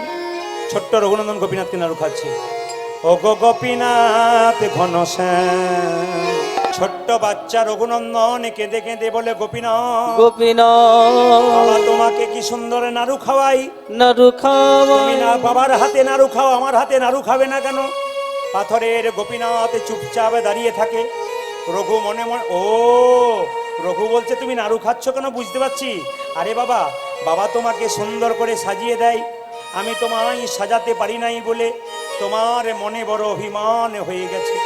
পাথরের গোপীনাথকে বলছে ও রঘুনন্দন কেঁদে কেঁদে বলছে গোপীনাথ বাবা তোমাকে চন্দন দেয়, আমার তো চন্দন কেনার পয়সা নাই, এই জগতে যার চন্দন কেনার পয়সা নাই, সে যদি ভক্তি চন্দন ভগবানের চরণে দেয়, ভগবান তাই গ্রহণ করে। যদি ফুল তার কাছে না থাকে, মন ফুল গোবিন্দের চরণে দাও, চরণে দেয়।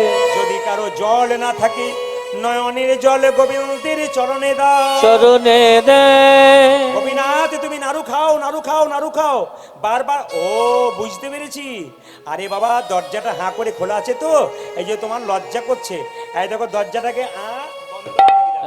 আচ্ছা ঠিক আছে, এইবার এক কাজ করি, তোমার হাতের বাঁশিতে অসুবিধা হচ্ছে, আচ্ছা বাবা বাঁশিটাকে খুলে দিই। ও গো গোপীনাথ এবার নাড়ু খাও।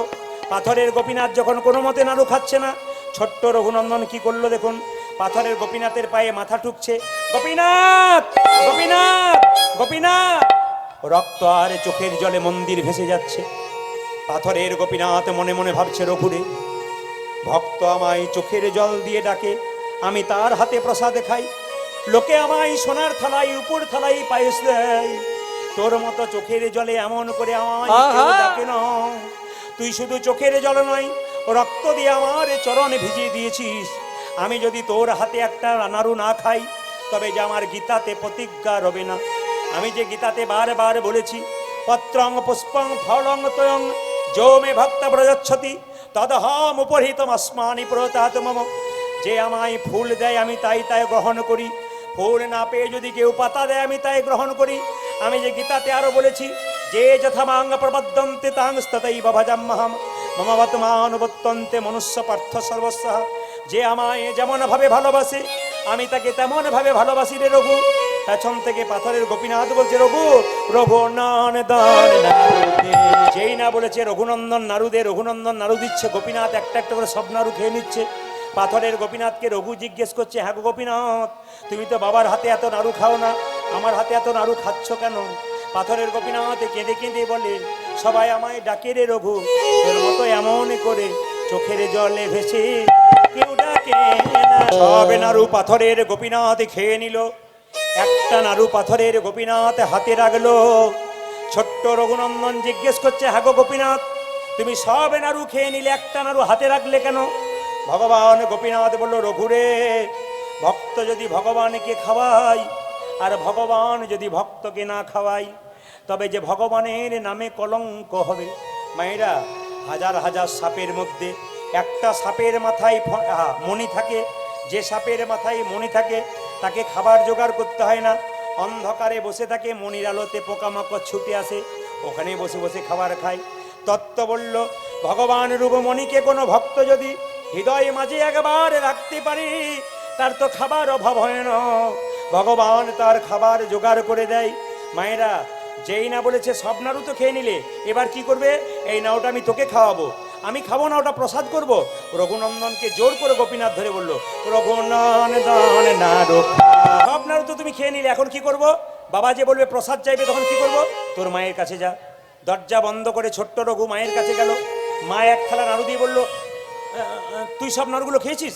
না মা, আজকে গোপীনাথ খেয়েছে। আমি তো বুঝতে পারছি তুই খেয়ে নিয়েছিস, যা নিয়ে যা, নইলে বাবা কিন্তু বকাবকি করবে।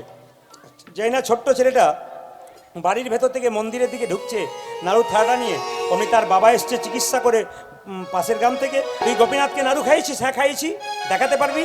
বাবা দরজার পেছনে দাঁড়িয়ে আছে, আর পাথরের গোপীনাথকে যখন নাড়ু খাওয়াচ্ছে, বাবা যে না দরজাটা খুলেছে, অমনি অর্ধেকটা নাড়ু খেয়েছে গোপীনাথ, অর্ধেকটা পাথর হয়ে গেছে। বাবা যখন দেখছে দরজাটা খুলে, এ কি রে, আমি অর্ধেকটা পাথরের নাড়ু দেখছি কেন? পাথরের গোপীনাথ বলছে, রঘুরে, মানুষের যখন জন্ম হয় দুটো চোখ হয়, ডান চোখ আর বাম চোখ। আর একটা গুরু কৃপার বস্তু সাধন ভোজন করে একটা চোখ হয় জ্ঞান চোখ। তোর যে জ্ঞান চোখের উদয় হয়েছে তোর বাবার এখনো হয় নাই। তুই তোর হাতটা তোর বাবার মাথায় দে, দেখতে পাবে আমি নাড়ু খাচ্ছি।